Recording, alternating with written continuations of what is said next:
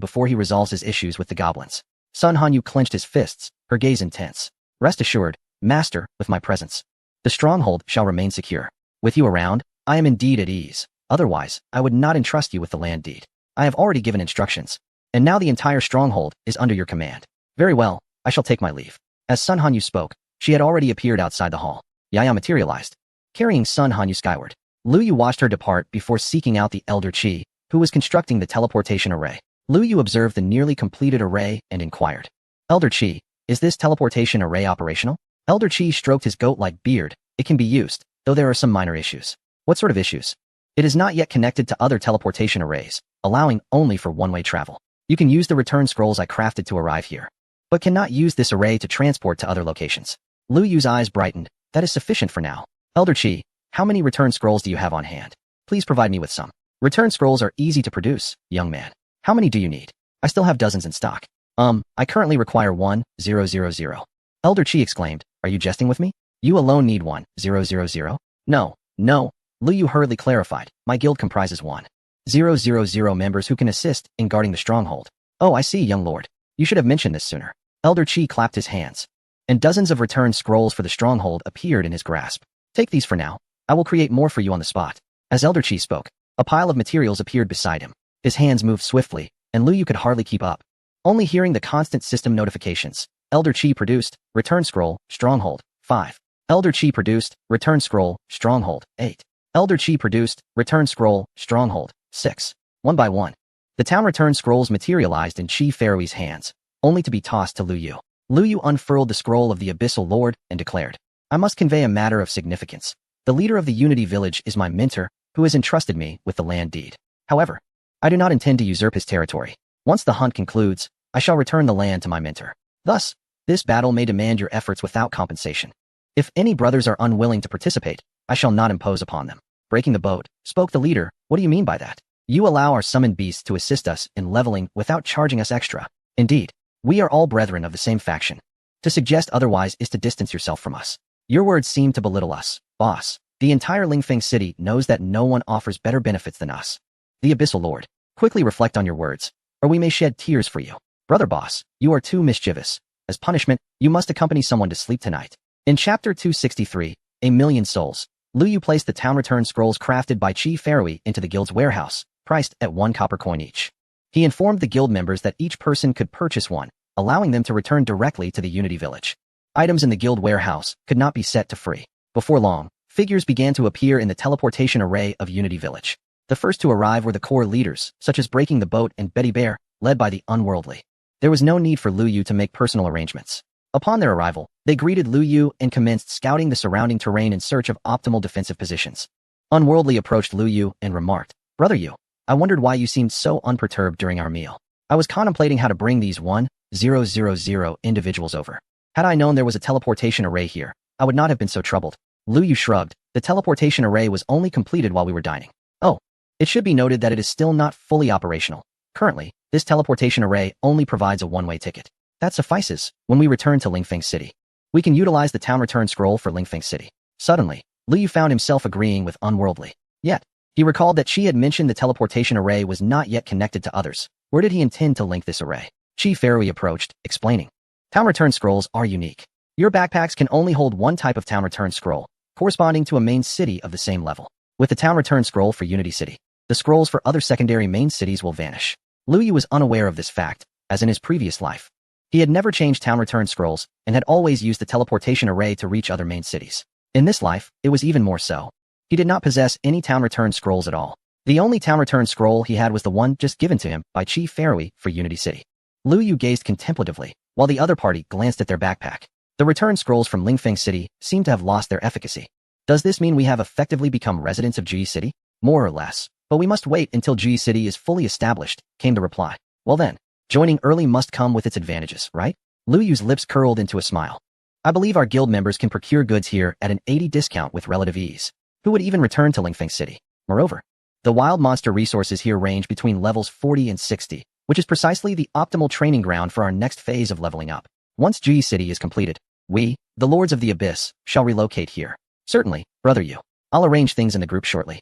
Lu Yu nodded. Ever since he learned of Sun Hanyu's plans to establish a city, he had contemplated moving the guild. Although Ji City was in its infancy, its infrastructure promised to be remarkably comprehensive.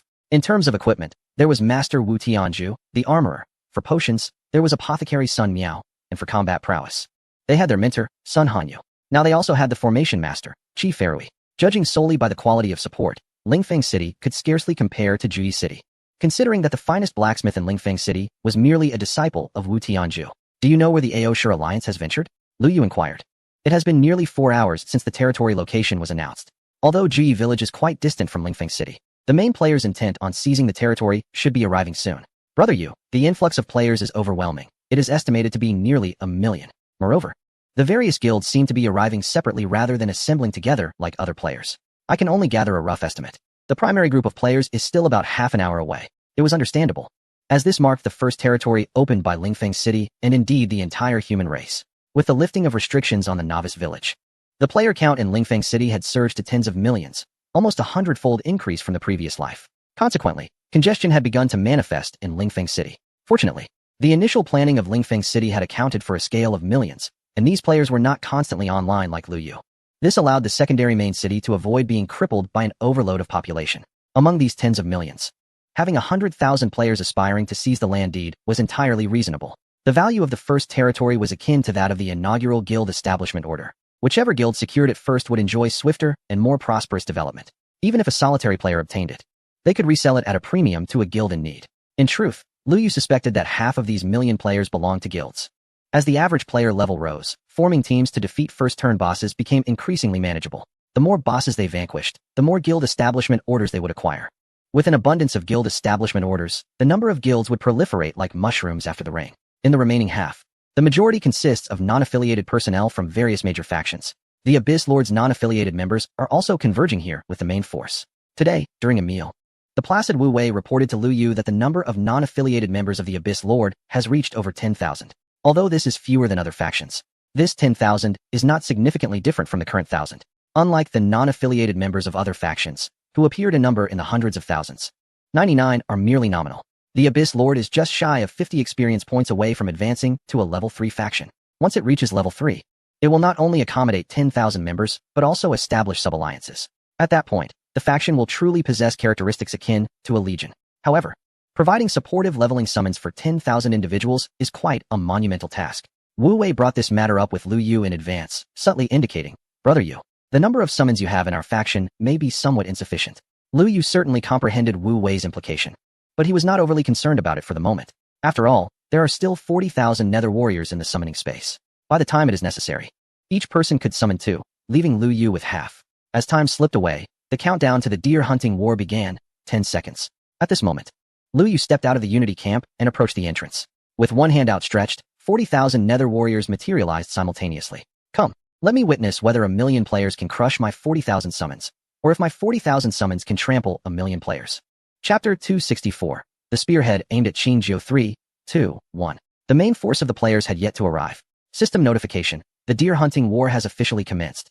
The territory in contention is Unity Camp. The duration of this deer hunting war is 8 hours.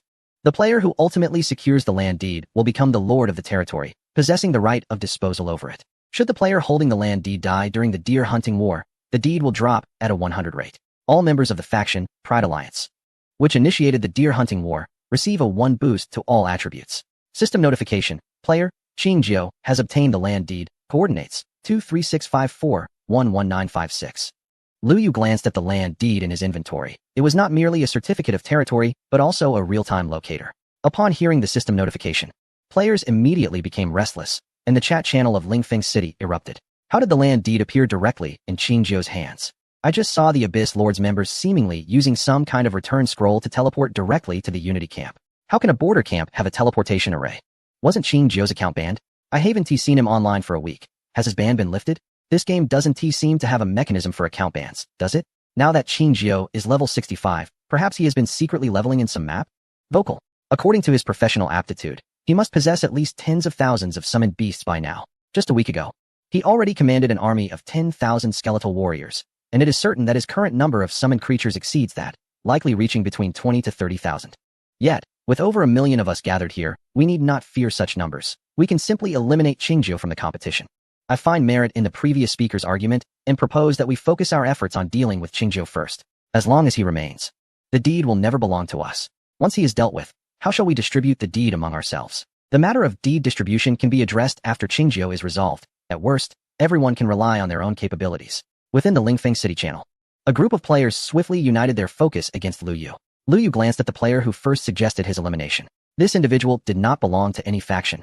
Appearing as a true lone wolf, likely an extraneous member of a guild, and possibly affiliated with the Ao Shur Alliance, Lu Yu was not particularly surprised. Even in the absence of these instigators, it was inevitable that players would direct their ire toward him. It was akin to a group of individuals with ulterior motives joining forces against a boss, each vying to seize the loot. However, without the boss's demise, there would be no spoils to claim. At present, Lu Yu embodied that very boss. He had come to terms with the situation, should he not possess the deed. Indifferent to the fate of the Unity Village, and merely wait for the opportune moment to seize it, he would likely not be targeted first. Conversely, by holding the deed and deciding to protect Unity City, he had already positioned himself in opposition to the 99 other players. A message arrived from Wu Shiwu. What shall we do, brother Yu? It seems some are fanning the flames, directing all hostility toward you. Do not worry. Just ensure our people guard Unity City, particularly the teleportation array. Other buildings within Unity City can be swiftly repaired without incurring exorbitant material costs. The teleportation array, however, is unique. I doubt that Fa Rue possesses sufficient materials to construct a second one. Understood, brother Yu. We will take charge of the teleportation array. Having a mere 1,000 Abyss Lords members guarding Unity City might seem inadequate, yet focusing their efforts solely on the teleportation array should pose no significant issue. Lu Yu's primary concern remained the possibility of players stealthily infiltrating and damaging the teleportation array. After all, Song Chungin's objective was to delay the construction of Unity Village. It was not beyond reason to suspect he had assigned certain players special tasks, such as sabotaging critical facilities and structures within Unity Village. The teleportation array represented the most vital facility at present. In the past, Lu Yu had contemplated establishing a city within his territory, aspiring to elevate it to the same status as the main city. However, the overwhelming requirements had deterred him. Nevertheless, he had gleaned insights into the key aspects of city building, thus now understanding where to focus his protective efforts. Greetings, dear brother Lu Yu. It seems you are under scrutiny. Would you like me to assist you in resolving part of it? This message is from Du Guohua, and according to the assertions of Huan Tianxia, it appears that the Huan Bureau has already communicated with Du Guohua. The rightful ownership of this territory ought to be held between the Lord of the Abyss and the Champion Alliance. Currently, Lu Yu has secured the land deed, and Du Guohua has tacitly agreed to cooperate with him. Thank you, brother Guohua, but I believe I can manage this on my own. However, I cannot relinquish this territory to you. Lu Yu has now effortlessly adopted the term brother Guohua, as addressing him as Uncle Guohua often incited a fierce reaction from the elderly gentleman. Ah, dear brother Lu Yu, such words suggest you are being too formal. You possess a greater assurance in defending this territory than I do. Therefore, it is only fitting that it be entrusted to you. I am in no rush, as I still hold a hunting order in my possession. Uncle Guohua, I do not plan to retain this territory either. What is it? Lu Yu promptly recounted his relationship with the Gathering of Heroes and elaborated on the establishment of their city. Given that Du Guohua is now considered an ally, especially with his son serving as CEO within the Lord of the Abyss, such matters were not shrouded in secrecy. Upon hearing Lu Yu's explanation, Du Guohua erupted in hearty laughter. This is splendid news. The establishment of a city of unity here will significantly ease both map exploration and leveling up in the future, and the surplus resources will alleviate the congestion in Lingfeng City. By the way, dear brother Lu Yu, given your relationship with Lord Sun, could you perhaps procure some benefits for our comrades? Rest assured, Uncle Guohua, I have already informed our members that all expenditures in the Gathering of Heroes will receive a 20% discount. The same applies to your Champion Alliance. After the city is constructed, the discount will also be 20%. Splendid. Should you find yourself in need, do not hesitate to call upon me. Du Guohua said before exiting the chat. The various shops within the main city hold little value for Lu Yu, yet they serve as vital supply points for the majority of ordinary players. Purchases of potions, equipment crafting, and repairs, and the acquisition of beneficial food items all necessitate being resolved within the main city. Particularly with potions, not every faction boasts a healer as abundant as the dreamlike Jiangnan. While a 20% discount may not seem substantial, it accumulates significantly given the large number of individuals supported by Du Guohua, which increases the demand. This discount can save him a considerable sum of gold. Although he is currently the wealthiest in the Abyss, his acumen as a businessman prevents him from extravagantly spending. Every single coin must be judiciously allocated to the most critical needs. Lu Yu closed the dialogue box and gazed into the distance. At last, figures began to emerge on the horizon. These were players hastening from Lingfeng City to seize the land deed. Chapter 265. Miscalculation. Junior High Physics teaches us that the path of light is reversible. As Lu Yu beheld those players, they too caught sight of him. At a distance of over 1,000 meters, the form of an individual may appear indistinct. However, the sight of a formidable phalanx clad in uniform black armor, numbering 40,000, is strikingly vivid. Players witnessing this spectacle find themselves momentarily stunned. These individuals have never set foot on a battlefield, neither in reality nor within the confines of the game. The most formal conflict they have encountered is merely skirmishes among factions. Even organized gang brawls are experiences seldom available to lone players. Most merely form parties to slay wild beasts or ambush isolated players for their equipment. The chilling aura of the Nether Legion induces a silent gulp among these battlefield neophytes. Damn it, if we die, we just lose a level, what is there to fear? Someone shouts, snapping the others back to reality. Those present understand that the land deed likely bears little relation to them personally. Yet this does not deter them from attempting their luck, as the price to pay is merely a level lost. Over 1,000,000 voices rise in a roar as they rush toward the gathering stronghold, or more precisely, toward the coordinates of Lu Yu. At such a distance, amidst a multitude of summoned beasts, they cannot discern Lu Yu's exact location. Nevertheless, the coordinates of the land deed are continuously updating. They merely need to direct their assault toward that point. As 1,000,000 players surge toward Lu Yu, their formation lacks coherence, yet possesses an arresting visual impact. Even 1,000,000 ants racing toward a single target creates an epic tableau. Lu Yu, during his encounters with the other races, had never faced an onslaught of such magnitude. Although the disparity in quality between the two sides is considerable, the sheer scale of the scene provides Lu Yu with profound visual astonishment. The foremost 8,000 Nether cavalrymen, their hooves scraping against the earth, are already caught up in a thrilling fervor. At Lu Yu's command, the 8,000 iron steeds charge forth. The thunderous pounding of hooves reverberates across the ground, sending stones trembling and shifting. The players at the front slow their pace, with warriors proactively forming a shield wall, while the priests in the rear preemptively cast healing spells upon the frontline fighters. In this moment, 1,000,000 untrained players exhibit an uncanny synchronicity. A grand battle, to a certain extent, is composed of countless smaller engagements. These players, employing their experience in team-based monster hunting, prepare to counter the charge of the Nether cavalry. While the advanced planning and organization from various factions cannot be overlooked, achieving this initial wave of defense in such a short span is commendable. At this moment, Lu Yu observes the players' orderly assembly, feeling a flicker of joy. The higher the quality of the players, the stronger the human race appears. With the abyss descending and the racial barriers dissolving, the odds of humanity's success increase. However, they still underestimate the impact of level disparity and the sheer force of the cavalry's charge. It is not their fault. After all, without players familiar with cavalry, one cannot truly comprehend its might. Confronted by the shield wall formed by the players, the spectral iron cavalry charged forth without hesitation. The shield wall shattered with a thunderous crash, and although countless priests stood ready behind the frontline warriors to heal them, they were rendered ineffective in the face of relentless charges. The spectral iron cavalry sliced through the players like a razor-sharp blade, creating a gaping wound in their ranks. They raced through the sea of combatants like a swift vessel, claiming the lives of thousands in mere moments. Yet, as the boat navigated the turbulent waters, it too faced the brunt of the storm. The numerous ants could bring down an elephant.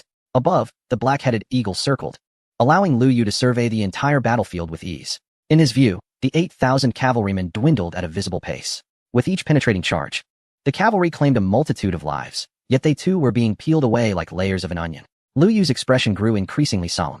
He had ordered the cavalry to charge as a means to deliver a psychological blow to the players, instilling fear within them, potentially deterring those who valued their lives.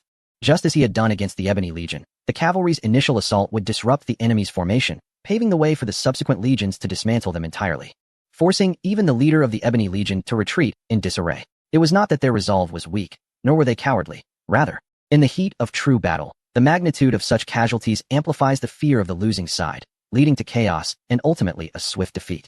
Throughout history, instances of the few overcoming the many owe much to this psychological disparity. However, it appeared that Lu Yu had miscalculated, for these players exhibited no fear of death. He tapped his forehead, realizing he had made a grave error. These players were indeed genuine players. Lu Yu understood the harsh realities of the abyss. But these players approached him with the mindset of mere gaming. If they died, they would only lose a level, perhaps even drop some equipment. There was no significant loss, and they would not truly perish. Instead, their focus shifted towards the collective goal of defeating Qingjio, which only served to ignite their fighting spirit further. Lu Yu shook his head in resignation. This error, seemingly avoidable, was in fact unavoidable, for he had never regarded the abyss as a game like other players did. The cavalry had become ensnared within the throngs of players, making a retreat impossible. Sending the remaining legions to rescue them would only disrupt the carefully formed lines, plunging Lu Yu deeper into a quagmire. Though 8,000 cavalry had suffered near total loss, they had still achieved their intended impact, as hundreds of thousands of players fell beneath their iron hooves. Fortunately, during the Battle of the Deer, the skirmishes among players do not incur any sin value. Otherwise, Lu Yu's sin value would have skyrocketed once again. He promptly commanded his legion to shift from an offensive formation to a defensive stance, bracing for the imminent onslaught from the players. While offense may not lead to victory, defense remains a manageable endeavor. After all, the disparity in levels and the quality of the legion stand as undeniable factors. Thus, they would gradually deplete the player's active forces. Chapter 266, Division. Trading 8,000 for 100. 000 may appear profitable, yet Lu Yu finds himself suffering significant losses. Consequently, he can only order the Underworld Legion to maintain its position and await the player's assault. Meanwhile, the players on the other side have successfully dispatched all the cavalry. Ha ha ha ha! Did you see that? Qingtong is not invincible after all. As long as we unite our efforts, no matter how many summoned beasts they have, we shall overcome them all. The players, having achieved a temporary victory, are invigorated. While there have been those who previously encountered misfortune at the hands of Qingtong, whether they were formidable individuals or elite factions, all have faltered before Qingtong. Despite Qingtong's limited engagement with the players, he has become an embodiment of invincibility in their minds. Now, having thwarted a seemingly unconquerable myth, how could they not be exhilarated? Of course, not everyone shares in this excitement. Among the players, there are 1,000 outsiders from the Abyssal Lords. Witnessing their leader's setback leaves them feeling quite unsettled. However, orders from above dictate that they continue to blend in with the players, acting in concert with the majority. Brothers, let us muster our strength and eliminate Qingtong's summoned beasts. Bring down Qingtong. Topple the alliance fortress behind Qingtong. It is unclear who instigated the chant, but soon, voices from every corner of the players' ranks resoundingly call out, eliminate Qingtong. Topple the alliance fortress. The collective roar of hundreds of thousands reverberates through the air, reaching Lu Yu clearly from a kilometer away. His brow furrows in concern. It is evident that these players have been incited by others. When an individual is alone, they may retain clarity of thought and independent judgment. However, once placed within a group of dozens, or even hundreds, their minds tend to become complacent. At such moments, if one person stands forth and provides a collective goal, provided that goal is not overly absurd, everyone will thoughtlessly march toward that objective. The once rejected art student of years past capitalized on this principle to some extent. Similarly, the recent elections in America exploited this dynamic. Yet now, this individual bestowing a target upon 1 million players harbors no benevolent intentions. Lu Yu is certain that those who first shouted to eliminate Qingtong and topple the alliance fortress have undoubtedly received a task from Song Qingyan. After all, with the land deed in their possession, they need only focus their efforts on him, without the necessity of provoking the alliance fortress. It is highly probable that those individuals belong to the same faction. Song Qingyan issued a gang task. Otherwise, they could not have so harmoniously incited the players. Lu Yu glanced back at the gathering stronghold, where the NPCs were still constructing the walls, and Ji Farui was refining the teleportation array. Sun Miao, Wu Tianju, and others were diligently attending to their respective tasks, preparing for the city's establishment. Upon observing the defensive forces of the gathering stronghold, there were barely 3,000 first transformation individuals. This number was hastily assembled after the expansion of the stronghold and had received no proper training. To send these individuals to resist 1 million players would be akin to dreaming in vain. Remaining stationed here was not an option, as players seized the land deed. They would inevitably lay waste to the gathering stronghold. It was imperative to distinguish between those players genuinely after the land deed and those intent on destroying the stronghold. Lu Yu believed that only a minority had accepted Song Qingyan's task. The majority were indeed drawn by the land deed. He promptly commanded the Underworld Legion to retreat in batches. The direction of retreat was precisely toward the Gourd Valley, where they had previously annihilated the Goblin Legion. Qingjiu is beginning to retreat. We must hasten our pursuit. Do not concern yourselves with Qingjiu. Our priority is to strike the gathering stronghold. Demolish what? The land deed is in Qingjiu's possession. Dismantling the stronghold would be futile. Chase after Qingjiu. Do not let him escape. Lu Yu was uncertain which faction was orchestrating the rhythm, yet leading the charge was not an arduous task. The pursuit of Qingjiu had indeed been instigated by Lu Yu's orders relayed through the uncontentious arrangement of auxiliary personnel. As expected, the players surged forward, following Lu Yu's retreating direction. At that moment, a division among the 1 million players finally emerged. Hundreds of thousands pursued Qingjiu, while several thousand remained stationary. The black-headed eagles circled above, and Lu Yu swiftly identified those individuals. Although the majority were solo players with no distinguishing prefixes, a small contingent bore the insignias of the Flame Alliance and several minor factions. Surprisingly, the bulk of those who accepted Song Qingyan's task were from the Flame Alliance. This revelation astounded Lu Yu. He had initially presumed it was the Proud World faction driving the momentum, only to discover it was the Flame Alliance. The burly leader of the alliance surprisingly exhibited strategic acumen. This suggested that the objective of the Proud World Alliance was clear. They sought to claim the territory of the gathering stronghold. Lu Yu sent a message to the uncontentious arrangement. summarizing the situation and entrusted the defense of the gathering stronghold to him. With the Lord of the Abyss and the existing guards of the stronghold, bolstered by its defensive architecture, facing the few tens of thousands from the Flame Alliance should pose little challenge. Moreover, the auxiliary personnel of the Flame Alliance may not be entirely willing to fight to the bitter end under their banner. While the issue of the gathering stronghold appeared temporarily resolved, Liu Yu now had to grapple with his own predicament. His summoned beasts remained utterly loyal to him, ensuring that even while pursued by players, they would not falter in defeat. However, being pursued by nearly 1 million players could inevitably result in casualties among the tens of thousands. Especially on the way to Gourd Valley, one must traverse a dense forest. Liu Yu had previously assassinated hundreds of goblin patrols within this very woodland, rendering the Goblin Legion in Gourd Valley blind to his presence. However, as he now passed through this forest, he found himself in considerable discomfort. The woods significantly impeded the speed of the Underworld Legion, while ranged players seized the opportunity to unleash a barrage of skills. Fireballs and arrows rained down upon the rear of the Underworld Legion, inflicting substantial damage, and radiant orbs continuously entered Liu Yu's summoning space. Yet, at this moment, Liu Yu was unable to retaliate. He could only endure the onslaught and hasten towards Gourd Valley. The cacophony of battle grew ever closer behind him, while the valley itself loomed nearer ahead. Bursting forth from the trees, Liu Yu swiftly recalled all the underworld warriors, then mounted his steed and charged into Gourd Valley. It was only after entering the valley's mouth that he halted, rapidly summoning his beasts to guard the entrance. Initially, when he retreated, he had hesitated to recall all his summoned creatures, for doing so would have drawn all player attacks towards him. Now, having finally entered Gourd Valley, Liu Yu exhaled a sigh of relief. This place was indeed the optimal location for a defensive stand. Surrounded on all sides by sheer cliffs, there was but a single entrance. The cliffs themselves were insurmountable, alleviating the fear of being attacked from above. For players seeking to eliminate Liu Yu, their only option was to force their way through the narrow entrance. Yet, such a confined passage would render even 1 million players cramped. A few hundred would be overwhelming.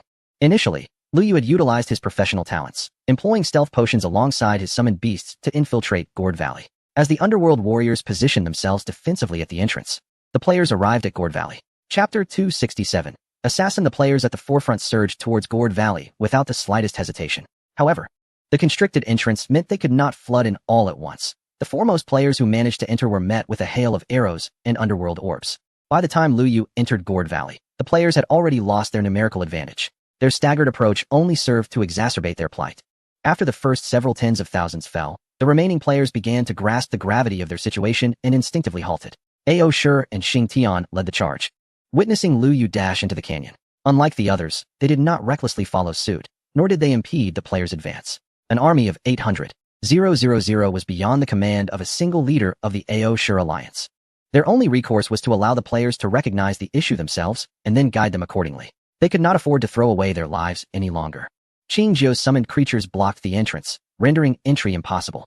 They must first eliminate the beasts at the entrance. Once they breached this canyon, they could overwhelm Qing Jiu with sheer numbers. Brothers of the assassin faction, the responsibility now falls to you. Messages were exchanged swiftly, and soon a cadre of assassins slipped into stealth mode, gradually approaching the Spectre warriors stationed at the valley's entrance. Meanwhile, the players at the rear prepared themselves. Should the assassins manage to create a breach in the defenses of the summoned beasts, they would have achieved half their objective. At that point, a coordinated assault could be launched, significantly increasing their chances of seizing the valley's entrance and advancing deeper within. Recently, a player had circled the valley, confirming its layout. This was indeed a gourd-shaped valley. If they could penetrate its defenses, the target, Qing Jiu, would have nowhere to escape. The players were acutely aware that Qing Jiu possessed a notorious reputation, was marked as a criminal, and lacked any return scrolls, rendering him unable to retreat to the main city. Therefore, breaching the defenses would inevitably lead to his demise. The assassins cautiously inched closer to the Spectre warriors guarding the valley's mouth. Their movements were deliberate and careful. The disparity in levels left them wary of any misstep. Higher-level entities had a certain probability of detecting the stealth of lower-level players. The assassins gradually approached the foremost Spectre warrior. The leading assassin, a proud member of the elite guild, had raised his dagger, having received the directive to initiate the ambush from the guild's leader, Xing Tian. Initially, he had intended to directly eliminate the summoners positioned at the rear. However, the front line of summoned beasts was densely packed, and while he could potentially slip through a narrow gap, the other assassins likely lacked the same finesse. If they were discovered, not only would they fail to eliminate their targets, but it would also raise Qing Jiu's alertness, a costly error indeed. After much deliberation, he resolved to launch a surprise attack on the front line of summoned beasts. Prior to the operation, he had communicated with his fellow assassins, instructing them to refrain from using damage-dealing skills due to the significant level disparity which would render such attacks ineffective. Instead, Their goal was to inflict debilitating conditions on the frontline summoned beasts, breaking defenses, crippling, blinding, and causing bleeding. All available skills that could impose negative effects were to be unleashed simultaneously, rendering the frontline summoned beasts as vulnerable as possible. As for the damage output, that responsibility would rest upon the players positioned behind them. While this strategy would inevitably result in heightened casualties among the players, it would maximize the disruption of Qingzhou's defensive arrangements, thereby breaching the most formidable line of defense. Lu Yu stood behind the summoned beasts. Having just received a message from a reserve team member, this individual, also an assassin, informed Lu Yu of the impending ambush and advised him to prepare accordingly. He expressed a willingness to join the ranks of the attackers, offering to relay real-time updates on the assassin's positions. Lu Yu acknowledged his message with a brief but affirming response, instructing him to remain concealed among the players. Although the reserve member felt puzzled, he complied with Lu Yu's directive and continued to lurk outside the valley. Lu Yu gazed intently toward the valley's entrance, awaiting the unfolding events. In jest, a group of assassins seeks to launch a surprise attack. However, the summoned beasts on this side belong to the Netherworld clan. Are you familiar with the Netherworld clan? Do you know of its perception abilities? Even disregarding the 30-level disparity, a being of the Netherworld possesses a significant probability of detecting an assassin's stealth, even at the same level. Lu Yu activated his mind's eye. Before him lay the same canyon, devoid of any presence. Yet, through the perception of the Netherworld, he could sense that the canyon was teeming with stealthy assassins. This awareness was vague, far less distinct than the clarity with which Lu Yu could perceive as a member of the Netherworld. But it allowed him to discern the rough positions of several nearby assassin players. The connection of the mind's eye was a skill devised by Sun Hanyu. Lacking the perception of the Netherworld herself, this ability struggled to align with the clan's perception. Nonetheless, Lu Yu's current level of awareness was already remarkable. His incomplete perception, however, was crystal clear to the summoned beasts regarding the approaching assassins. They reported the positions of the assassins to Lu Yu in real time, awaiting his command. Within, Lu Yu silently calculated that since a batch of targets had arrived, they certainly could not be allowed to return alive. The Netherworld warriors once more relayed the positions of the assassin players to Lu Yu, who nodded. You may attack. In an instant, the long spears of the frontline warriors thrust forward in unison. The assassin from the Aeshiming Alliance, who had just drawn his dagger, froze in shock as he beheld the summoned beast before him. The very target he had aimed to ambush, now thrusting a spear directly at him, its tip aimed at his heart. A massive damage number leapt from above his head, and a significant portion of his health bar vanished. Another such blow, and he would be transported back to town for free. Was this mere coincidence? No, it was not. He witnessed the same scene unfold for all the frontline assassins. Simultaneously, arrows and Netherworld orbs whistled through the air, raining down upon them. In an instant, the entire squad of assassin players came under assault, swiftly disrupted from their stealth state.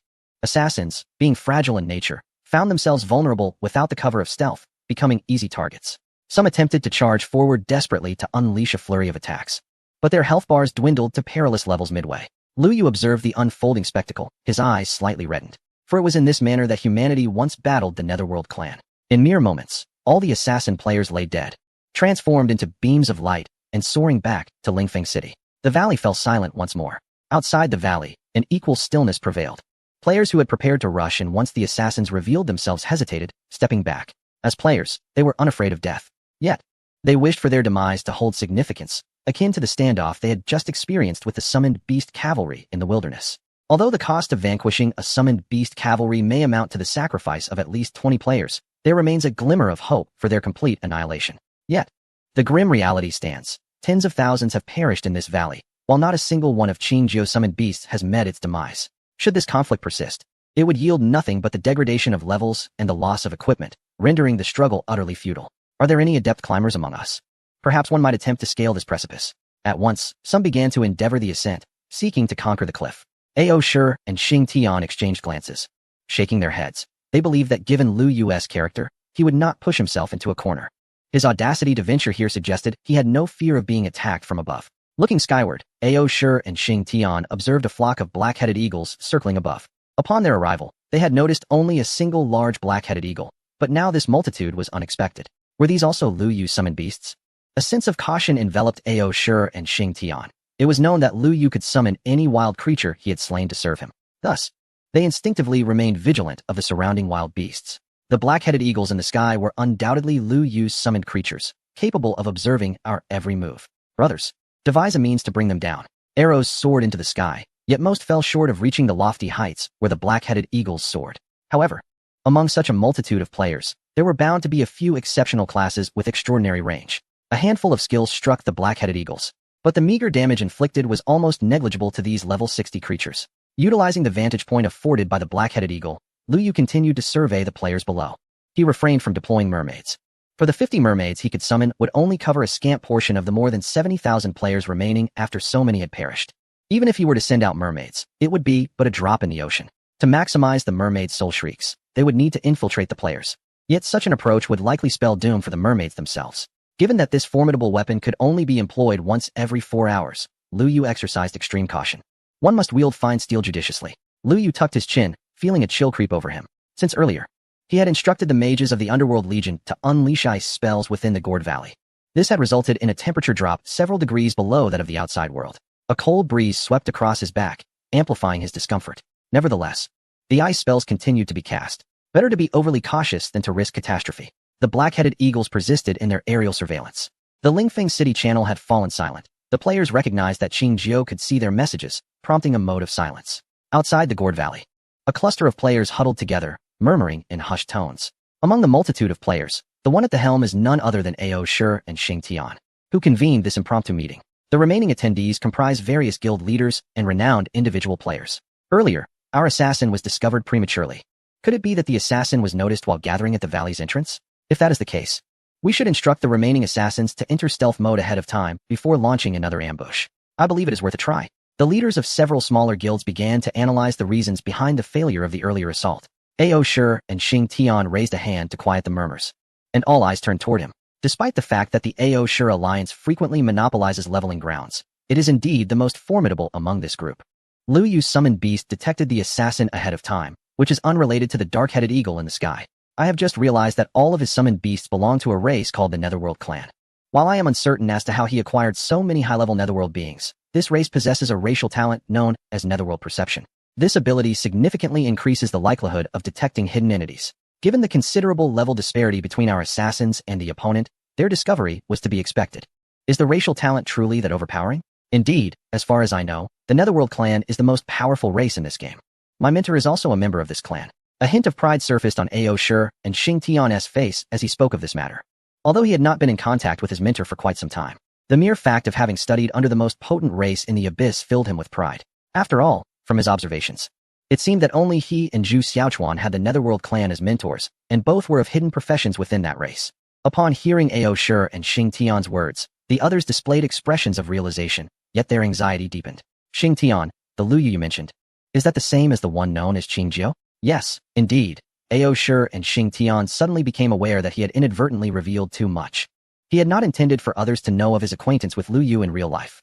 The act of pushing one of humanity's strongest players out of a studio is not a matter of glory. Should this information become more widely known, the reputation of Xing Tian's studio and the entire Ao Shi alliance would be tarnished, leading some gaming experts to reconsider whether the Ao Shi alliance was worth joining because of Lu Yu's circumstances. Thus, he promptly diverted the conversation. The pressing issue now is how we can eliminate Qing Jiao. Everyone has forsaken precious leveling time and trekked for several hours to reach this point. They surely do not wish to lose a level. The crowd's thoughts were swiftly drawn back. Xing Tian's words struck a chord within them. With millions of players in Lingfeng City, only a mere 100,000 had come to vie for the land deed. Could it be that the rest did not desire the deed? That seems utterly implausible. Others are reluctant to squander such an extensive amount of time traveling only to gamble on odds slimmer than winning the lottery. After all, few are willing to risk their lives. The majority of players prefer a steady and secure progression. Qing Jiao, much like a tortoise ensconced within the confines of the Gourd Valley, leaves us with little recourse. Leader Xing Tian, here your prowess is unmatched. Do you have any suggestions? AOC, Xing Tian stroked his staff thoughtfully. I might have a solution, albeit one that is somewhat cumbersome to implement, and I lack the requisite skills and tools. What is the method? Please, do share, Leader Xing Tian. Indeed. With so many of us gathered, can we not procure a suitable tool? AOC, Xing Tian nodded, feeling quite satisfied with their reactions.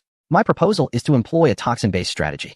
Chapter 269. The toxic assault. The Gourd Valley is insular and inaccessible. As long as we release sufficient toxic gas within, we can render Lu Yu's summoned beasts incapacitated, thereby allowing us to mount a full-scale assault and potentially breach the Gourd's entrance to eliminate Qing Jiao. Although this method may be time-consuming and could result in significant player fatalities during the final attack, it is the only viable approach I can conceive. The others exchanged glances, discerning both agreement and apprehension in each other's eyes. They recognized the merit in Xing Tian's strategy, yet harbored concerns regarding the AOC guild. While not everyone possesses poison, the collective might of so many players should suffice to gather enough. Hence, this plan is indeed feasible. However, what happens once Qingzhou's summoned beasts are poisoned? The AOC Guild, being the most formidable faction, leaves them worried that during the final offensive, AOC might contribute little effort despite reaping the benefits. After all, even poisoned, the summoned beasts retain formidable combat capabilities. It is simply that prior to succumbing to poison, players lack the strength to vanquish them, but afterwards, they may have the opportunity to gradually eliminate these beasts. Yet, if the smaller guilds and independent players suffer heavy losses, it would merely serve to benefit the AOC Guild. After laboring extensively, they might find themselves reduced to mere pawns for the AOC Guild. Such a disheartening fate is one none wish to embrace. Xing Tian discerned their thoughts and proactively stated, once the toxic gas permeates the valley and we initiate our assault, we shall form the first offensive team according to our respective strengths. I possess skills that enhance group capabilities, and I will certainly be present among the first echelon. You should have faith in me. After all, the lead assassin from earlier was our AOC Guild's foremost assassin. Upon hearing Xing Tian's assurance, the others exchanged glances once more. Since Xing Tian had made a commitment, their concerns about him gaining undue advantage diminished. After further deliberation regarding the number of participants each would contribute, they reached a consensus that satisfied all parties, and thus began to prepare for action. Some commenced gathering toxic gas within the Lingfeng City channel, seeking both toxin vials and skills related to toxic gas. This time, they did not shy away from the sake, for in the depths of the Gourd Valley, there was no room for escape. If the sake, upon seeing the news, became restless and attempted to preemptively strike, it would be all the more reassuring. The entrance to the Gourd Valley was confined, and players could not deploy their forces effectively within. The sake had little room to maneuver as well. A considerable amount of toxic gas soon coalesced. While few players possessed skills for toxic gas attacks, there were many who had access to it. Within Lingfeng City, there existed a shop selling vials of toxic gas, and numerous players kept 1 or 2 vials in their backpacks for emergencies. The toxic gas concentrated in the hands of several players, who began to unscrew the caps of their vials, releasing the noxious fumes. Behind them, some players skilled in wind attributes gently unleashed their abilities, ensuring the gas would waft into the valley. Aoshi Xingtian observed these busy individuals from behind, preparing to lead the charge shortly. He was reluctant to lose levels, yet if he did not take the initiative, distrust among the others would thwart their plans. By stepping forward, he compelled others to follow suit, as their objectives remained aligned for the time being. As for the impending struggle for the land deed, that responsibility was entrusted to Zhu Xiaochuan. Just yesterday, Zhu Xiaochuan's mentor had approached him, significantly enhancing his strength. He felt a degree of confidence regarding the land deed acquisition. One by one, the toxic fumes escaped from the vials, drifting into the valley under the influence of the player's wind skills. Lu Yu had long been aware of the messages circulating in the Lingfeng City channel. Upon learning that Aoshi Xingtian had proposed a toxic gas attack, he couldn't help but smirk. The very remnants of his own strategy were now perceived by the opponents as a cunning ploy. Initially, he had been the one to launch a toxic gas assault on Gourd Valley. Now that he was within its confines, how could he possibly let his guard down? He had previously instructed the underworld mage to lower the temperature in Gourd Valley, and now, that strategy bore fruit. Due to the excessively low temperature within the valley, the air above naturally descended. Under the influence of atmospheric pressure, powerful gusts of wind surged from the valley outward, producing a devilish howling as they swept past the entrance. The players still releasing toxic gas at the valley's mouth suddenly sensed something amiss. They observed that the gas, which had been drifting into the valley, was now inexplicably reversing course, rapidly approaching them. What on earth? This wind is wrong. Someone shouted. Where are the wind skills? Hurry, use them to blow the gas back. Players at the rear began to wave their staffs, conjuring small whirlwinds. Yet, for those who had not yet reached the first turn, how potent could their skills truly be? Even combined, the wind attributes could not withstand the ferocious gale blowing from within the valley. The toxic gas surged forth like a colossal wave, crashing upon the players at the entrance. The player who initially released the toxic gas promptly discarded the gas canister and swiftly retreated. The players behind him, witnessing this unfolding scene, also hurriedly withdrew. However, those further back found their line of sight obstructed, rendering them utterly unaware of the chaos that had ensued. Thus, a stampede occurred. Ao Shi and Xing Tian's expressions shifted dramatically, prompting them to hastily retreat, while simultaneously sending urgent messages in the Lingfeng City channel, advising everyone to fall back temporarily to avoid the toxic onslaught. Upon receiving the messages, the players began to comprehend the situation, but it was already too late to retreat. The fierce winds carried the noxious fumes into the midst of the players. The tens of thousands closest to the gorge's mouth were rapidly afflicted by the toxins, experiencing a severe drop in their attributes. Some fragile classes with low health points disintegrated into beams of light, returning to Lingfeng City. In their attempt to significantly diminish the strength of the summoned creatures, they had employed the most potent toxins. Ironically, these very toxins were now being unleashed upon themselves. Lu Yu, unhesitant, commanded his summoned beasts to pursue outside the gorge. Many players contemplated turning back to engage in combat, Yet their conditions had deteriorated significantly. With their attributes severely diminished, they were left as mere targets for the summoned creatures. Out of 700,000 players, nearly 200,000 had already perished. The black-headed eagle loomed overhead, surveying the scene. Lu Yu estimated that approximately 500,000 players remained. The Battle of the Deer had not yet reached its halfway mark. What would become of these 500,000? Chapter 270. Guidance. After pursuing for a brief distance, Lu Yu ordered his summoned creatures to cease their chase. Upon eliminating the last of the players at the rear, the others began to realize the gravity of their situation. Xing Tian and his companions had even started to organize a counterattack. Continuing the pursuit would no longer be a matter of seizing the advantage, but rather an invitation to draw the enemy deeper into their territory. Lu Yu's summoned beasts retreated to a safe distance. They did not return to the gourd valley, but remained poised to defend at a moment's notice. Seeing the summoned creatures halt, Xing Tian felt a surge of frustration. The players had already regrouped. Yet they had sacrificed nearly 10,000 in hopes that Lu Yu would become overconfident and distance himself entirely from the gourd valley. To their dismay, the summoned creatures stopped precisely at a safe distance from the players. Xing Tian cast another glance at the black-headed eagle overhead. The sensation of being so thoroughly monitored by the enemy was indeed disconcerting. Half of the time for the Battle of the Deer had elapsed. Aside from the initial loss of 8,000 cavalry, Lu Yu had sustained virtually no further losses. Conversely, the players, who had originally arrived in numbers exceeding 1,000,000, now found themselves reduced to half. Although they still held a decisive advantage over Lu Yu's summoned creatures, the players now faced an increasingly precarious predicament. Continuing to assault Lu Yu? That would merely repeat the earlier defeat, as Lu Yu has ample time to return to the canyon with ease. Departing now? The land deed remains in Lu Yu's possession, rendering the efforts of so many a futile endeavor. Relinquishing this pursuit leaves the players unsatisfied, and Xingtian, in particular, is filled with resentment. It was he who wielded the stag token, he who initiated the territory. Now, it seems that Lu Yu might benefit from their toil. A notion he cannot accept willingly. He gazes intently in the direction of Lu Yu, gritting his teeth in frustration. At this moment, he yearns to charge forth and, surrounded by adversaries, eliminate Lu Yu single-handedly. Yet, he knows full well that even within a besieged space, he is no match for Qingjiu. The disparity in level, skill, equipment, and execution between them is vast, almost unfathomable. Suddenly, a dialogue box pops up. The message comes from the leader of the Flame Alliance. Yijian, have you captured Qingjiu yet? If we could seize him so swiftly, the title of the strongest among the human race would be a mere jest. Ha ha, 1 million. And you still cannot defeat a single individual? How utterly pathetic. I hear you failed in 2 consecutive ambushes, losing tens of thousands in the process. TSK. And you still call yourself the leader of the Proud World Alliance. If you're here to mock me, you may as well silence yourself. I merely wish to exchange information. The Abyss Lord's forces are all gathered within the Unity Stronghold. Coupled with the inherent defenses of the stronghold, I find my own position rather precarious. So, do you wish for me to send reinforcements to assist you in breaching the Unity Stronghold? I am aware that your Flame Alliance has accepted a task from the City Lord, yet my objective is not that stronghold, but rather the land beneath it. I seek only the land deed. Whether you join me or not, I can seize the stronghold with my own forces. Flame Alliance. Yijian ceased messaging. Xingtian, however, began to ponder. The words of Flame Alliance, Yijian, subtly illuminated a realization.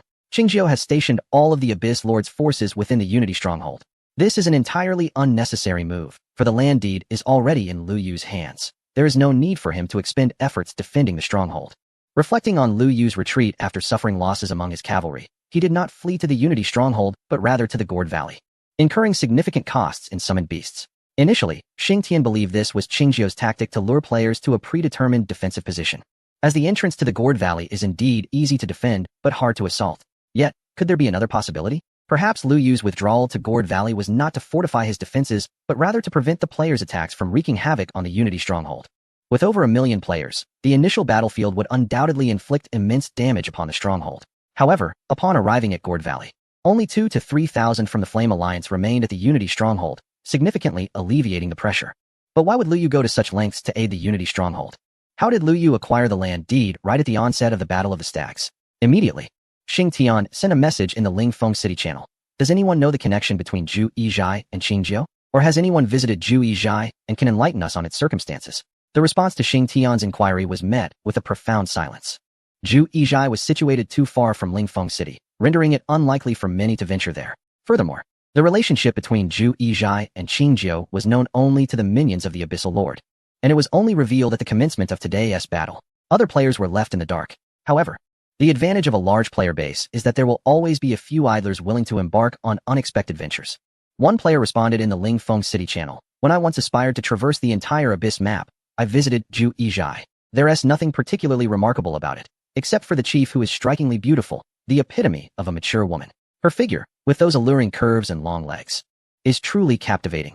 A fleeting night with her would be worth any sacrifice. Xing Tian retorted, am I asking this question to indulge your fantasies? Surely, Qing Jiu cannot be lured into assisting Zhu Yizhai merely for the sake of an NPC. Suppressing his irritation, he pressed on, aside from that. Is there anything else of note? Not much else, but the chief possesses a rare class, if I recall correctly, a summoner. Xing Tian's eyes brightened. The chief of Zhu Yizhai was a summoner, and Lu Yu's class was Abyssal Summoner. This connection likely suggested a mentor-student relationship between them, thereby elucidating his role in diverting attention from Zhu Yizhai. Consequently, the ensuing matters seemed more manageable. He promptly opened a dialogue with Yin Ming. How goes your battle? Do you require assistance? What is this? Just a moment ago, you seemed reluctant to come. Now you want to help me? My motivations are purely self-serving. Our interests align now. I assist you in conquering Zhu Yizhai, and you aid me in seizing the land deed. Isn't Qing Jiu with you? You wish to assist me? Yes, just confirm whether you agree. Certainly, if you are willing to offer, I shall gladly accept.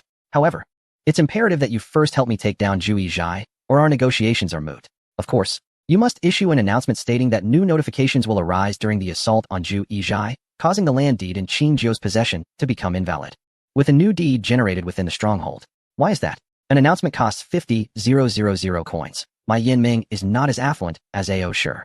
I can muster a maximum of 20,000 to 30,000 players from the AO Sure Alliance, including reserves. Without your message, why would other players be inclined to join? That is a valid point. Just wait a moment. A short while later. System announcement, player Yin Ming. EGN, the latest system message indicates that the land deed held by Qingjiu is only temporary. Once the destruction level of the gathering stronghold reaches 80, the land deed in Qingjiu's possession will become void, and a new deed will be generated randomly within the gathering stronghold.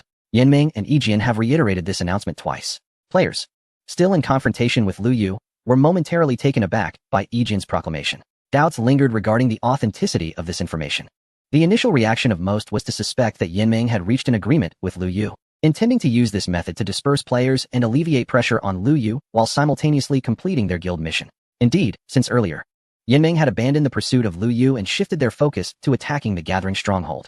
The fact that Yin Ming received a guild mission from the city lord was hardly a secret. A little inquiry would reveal it. Ultimately, players decided to remain idle, uncertain of the veracity of Yin Ming's leader's words, yet aware that the location of the land deed was being updated in real time. However, it wasn't too long before someone noticed that the members of Aoshi Alliance began to withdraw and head towards the gathering stronghold. This development unsettled the players. Everyone knew that Aoshi and Qingjiu were at odds, and they were determined to acquire the land deed. The swift departure of Aoshi's members served as a compelling endorsement of Yin Ming's leader's statement. In an instant, nearly all players began to surge towards the gathering stronghold. In truth, Ejian's announcement was riddled with inconsistencies. Such crucial information should have prompted Yin Ming to discreetly seize the gathering stronghold and secure the land deed instead of publicly announcing it. Moreover, Ejian claimed to have received a system prompt. If that were the case, he could have simply forwarded the content of the prompt, which would have been far more persuasive than any verbal assertion. Ejian failed to do so, opting instead to issue just 2 announcements.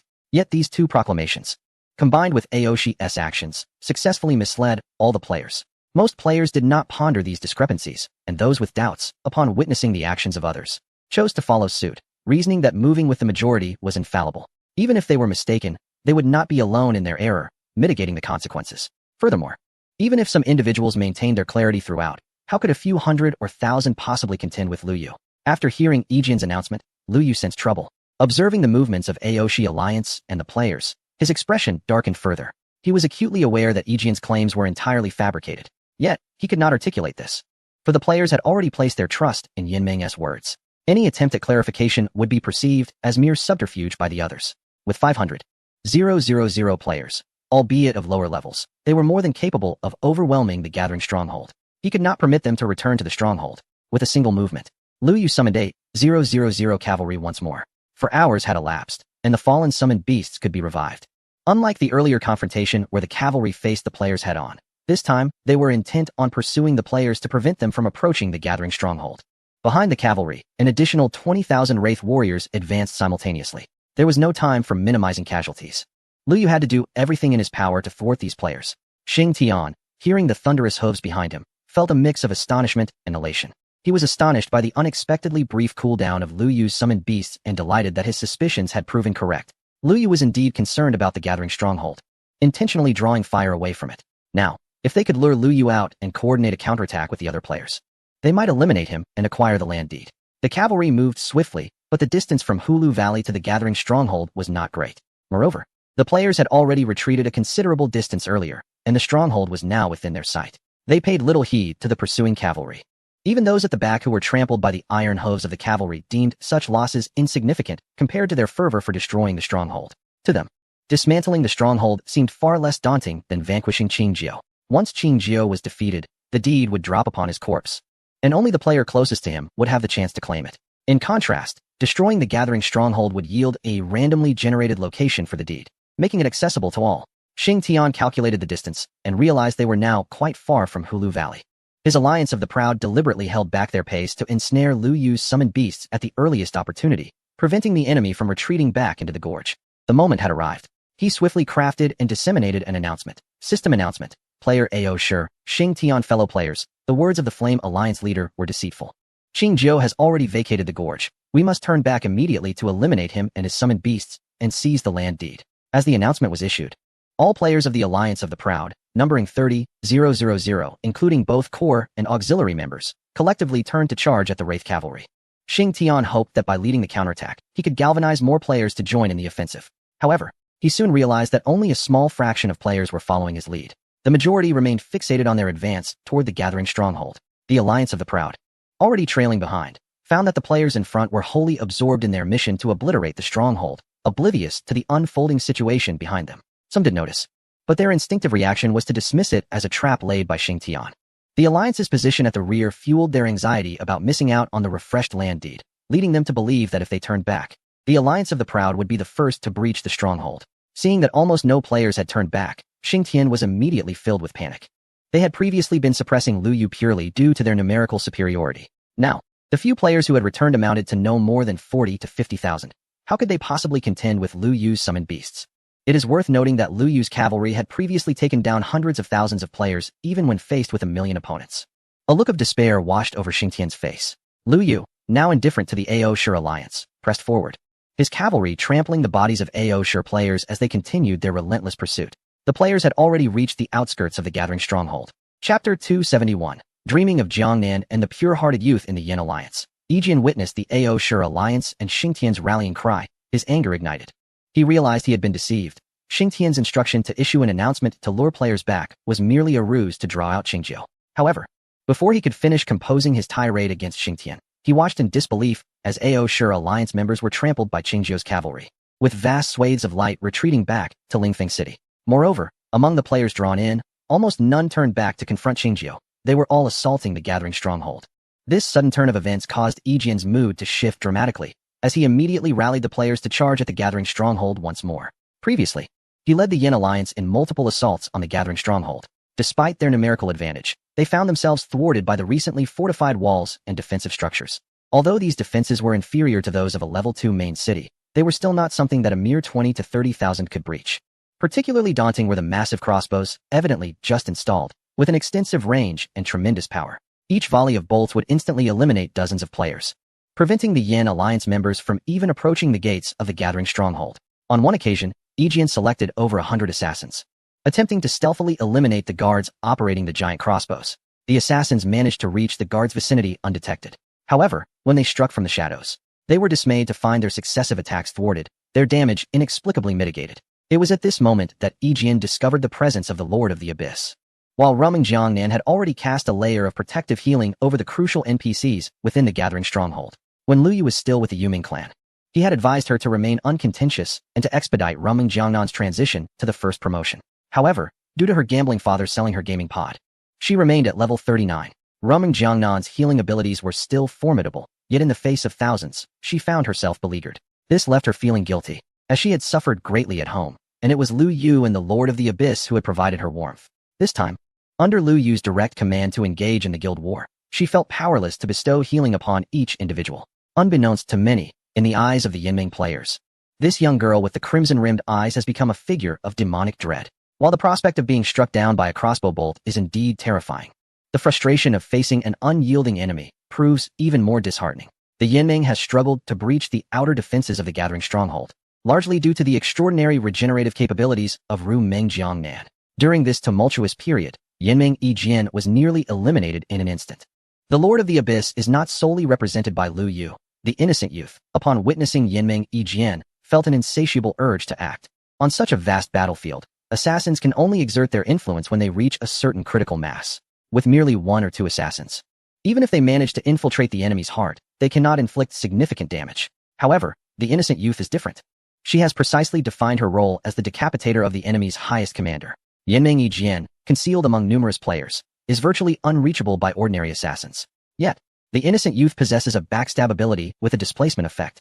She refrained from hastily striking, biding her time until the Yinming's attempt to ambush the giant crossbow resulted in utter annihilation. It was only then, amidst Yinming Yijian's furious outburst, that the innocent youth finally made her move. A classic opening move, a backstab. The Lushui seal gifted to her by Lu Yu has served her well until now. Although its attributes have become somewhat antiquated for players of this level, the necklace's effects seem tailor-made for the innocent youth. Thus, she has consistently kept it in her inventory, donning it at the moment of necessity. Even without its effects, she could never part with it, for it was a gift from Lu Yu. After enduring 2 successive backstabs, Yinming Yijian's health plummeted dramatically. Fortunately, as a warrior, his health pool is substantial enough to prevent immediate death. The priests in the rear swiftly restored his vitality. When they sought to locate the shadow of the assassin, they found naught but emptiness. The innocent youth, having failed her assassination attempt, let out a resigned sigh. Though she had reached level 40, she had yet to embark on her first job change quest. This realization brought a pang of regret. Had she known, she might have spent less time playing with the necklace her brother had gifted her and completed her advancement sooner. Was it the affection from her brother that lingered within it? Observing the Yinming leader, thoroughly ensconced in protective gear, she knew there would be no second chance for an ambush, compelling her to retreat to the gathering stronghold. It was only after the innocent youth's failed attempt that Yinming Yijian established a collaboration with Xingtian. However, that partnership has since dissolved. Yet Yijian's objectives have inexplicably been met. Over 400,000 players now stand at the gates. They no longer require any command, for all that is needed is to dismantle this newly constructed small city, and the land deed will refresh. They charge recklessly against the city walls. The guards within the city felt an overwhelming pressure in an instant. The colossal crossbows atop the walls unleashed a barrage of bolts at an alarming rate. The number of players felled by each bolt surged from dozens to hundreds, as their ranks swelled and their positioning became increasingly dense. Yet, the crossbow's firing rate was lamentably slow. Despite the multitude of players succumbing to the deadly projectiles, their advance could not be halted. Some players had already begun to assault the gates and walls, lacking siege weaponry, and perhaps even the awareness of its necessity. However, this did not deter their fervent attacks on the walls. They could observe the health bars of the gates and walls, which were substantial and fortified. Yet, the sheer volume of players rendered the defenses vulnerable, as relentless assaults visibly diminished the wall's health. The players' intentions were unmistakable. They sought not merely to attack the stronghold, but to inflict sufficient damage to reach an 80 destruction threshold. Thus, every strike upon the walls and gates was deemed effective, as all players ceased aiming and unleashed their skills indiscriminately. In that moment, the outer layer surrounding the stronghold resembled a dazzling fireworks display, with an array of skills creating a mesmerizing spectacle. By the time Lu Yu and the cavalry arrived, several sections of the walls were on the brink of collapse. He promptly commanded the cavalry to charge, determined to deplete the players' forces in the shortest time possible. Chapter 272. The erosion of resolve. The appearance of Lu Yu and the cavalry immediately instilled apprehension among the players. Previously fearless, their resolve had stemmed from the understanding that without defeating Qingjiu, they would not secure the land deed. However, with the walls now severely compromised and the destruction level of the stronghold reaching 50, they recognized that this segment of wall constituted approximately 60 to 70 of the entire stronghold structures. A breach would allow them to devastate the shops and residences within, thus refreshing the land deed. Victory was within reach. The opportunity to obtain the deed loomed tantalizingly close. No one wished to perish in the darkness before dawn. Players began to intentionally evade the cavalry's charge. Embodying the spirit of a dead comrade is better than a dead monk. Yet, this shift in focus led to a cessation of attacks on the stronghold. All were preoccupied with self-preservation. Lu Yu exhaled in relief. This was the scenario he had longed to witness. Although the efficiency of the cavalry in eliminating players had diminished significantly, their neglect of the stronghold was the most favorable outcome. If this continued, the players would inevitably suffer heavy losses, albeit with some delay. The stronghold would thus be preserved to the greatest extent possible. In addition to the cavalry, Lu Yu's other summoned beasts had also joined the fray, targeting not the scattered players, but rather the Yin Alliance. The players' assault on the stronghold was fundamentally driven by the Yin Alliance, and Lu Yu knew he must first eliminate this most insidious threat. One Sword gazed at the throngs of summoned beasts charging towards him, and panic surged within him.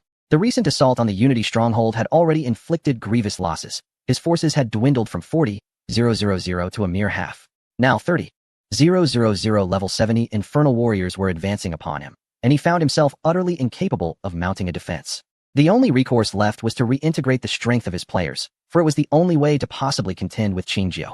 As the leader of a premier guild, One Sword was not a mindless brute. He promptly composed a message. System announcement. Player Yin Ming.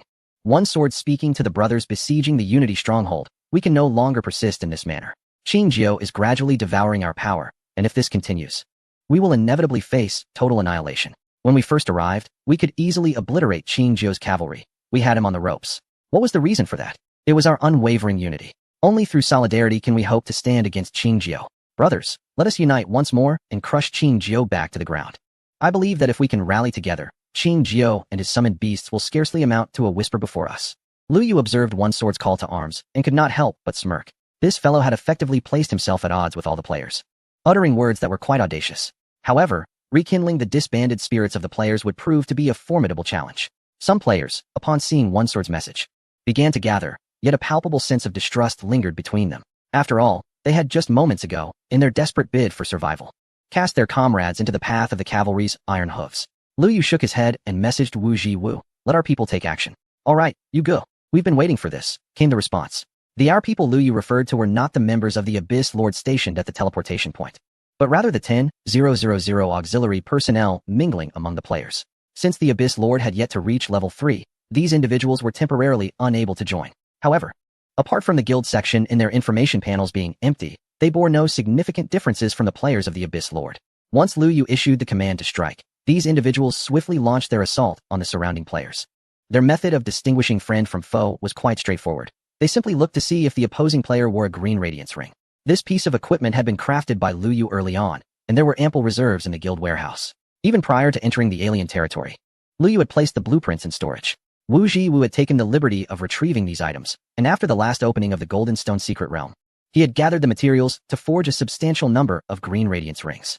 This ring had become standard issue for the auxiliary players of the Abyss Lord, though the 10,000 players constituted a small fraction of the remaining survivors. In this atmosphere of mutual distrust, their betrayal was sufficient to obliterate the last vestiges of trust among them.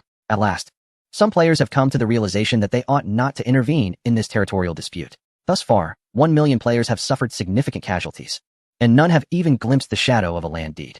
The initial disadvantage faced by the Qingjio faction now appears to have been a premeditated strategy. Soon enough, the first player tore open a return scroll, opting to withdraw from battle. In such circumstances, the opportunity to acquire a land deed had vanished. Rather than incur the cost of losing a level, it seemed wiser to retreat now and minimize losses. Once the first player returned home, a second soon followed. Before long, a multitude of beams of light began to illuminate the area surrounding the Ju Yizhai, all originating from players activating their return scrolls. While many players recognized the importance of cutting their losses, an even greater number were determined to fight to the bitter end. They had journeyed long and hard to reach Ju Yizhai, driven by a reckless thrill of danger. After having squandered so much time, they were loath to return empty-handed. These individuals began to gather, forming teams to continue their assault on the structures of Ju Yizhai. Even when confronted by small groups of cavalry, they fought with reckless abandon. They had resolved to pay the price of losing a level, driven by the desire to take something with them to the grave. The Yin Ming did not succumb to such madness. After realizing that communication had little effect, Yi Jin swiftly arranged for core members to disengage from combat and return to Lingfeng City. As levels increased, the process of leveling up became increasingly arduous. For core players, losing even a single level was a significant setback, if not for the requirement to disengage from combat before returning home. The Yin Ming players could have instantly returned to Lingfeng City. Lu Yu watched helplessly as the Yin Ming players gradually retreated. The Yu Ming core was doing its utmost to encircle them, but reaching their core was a matter of time.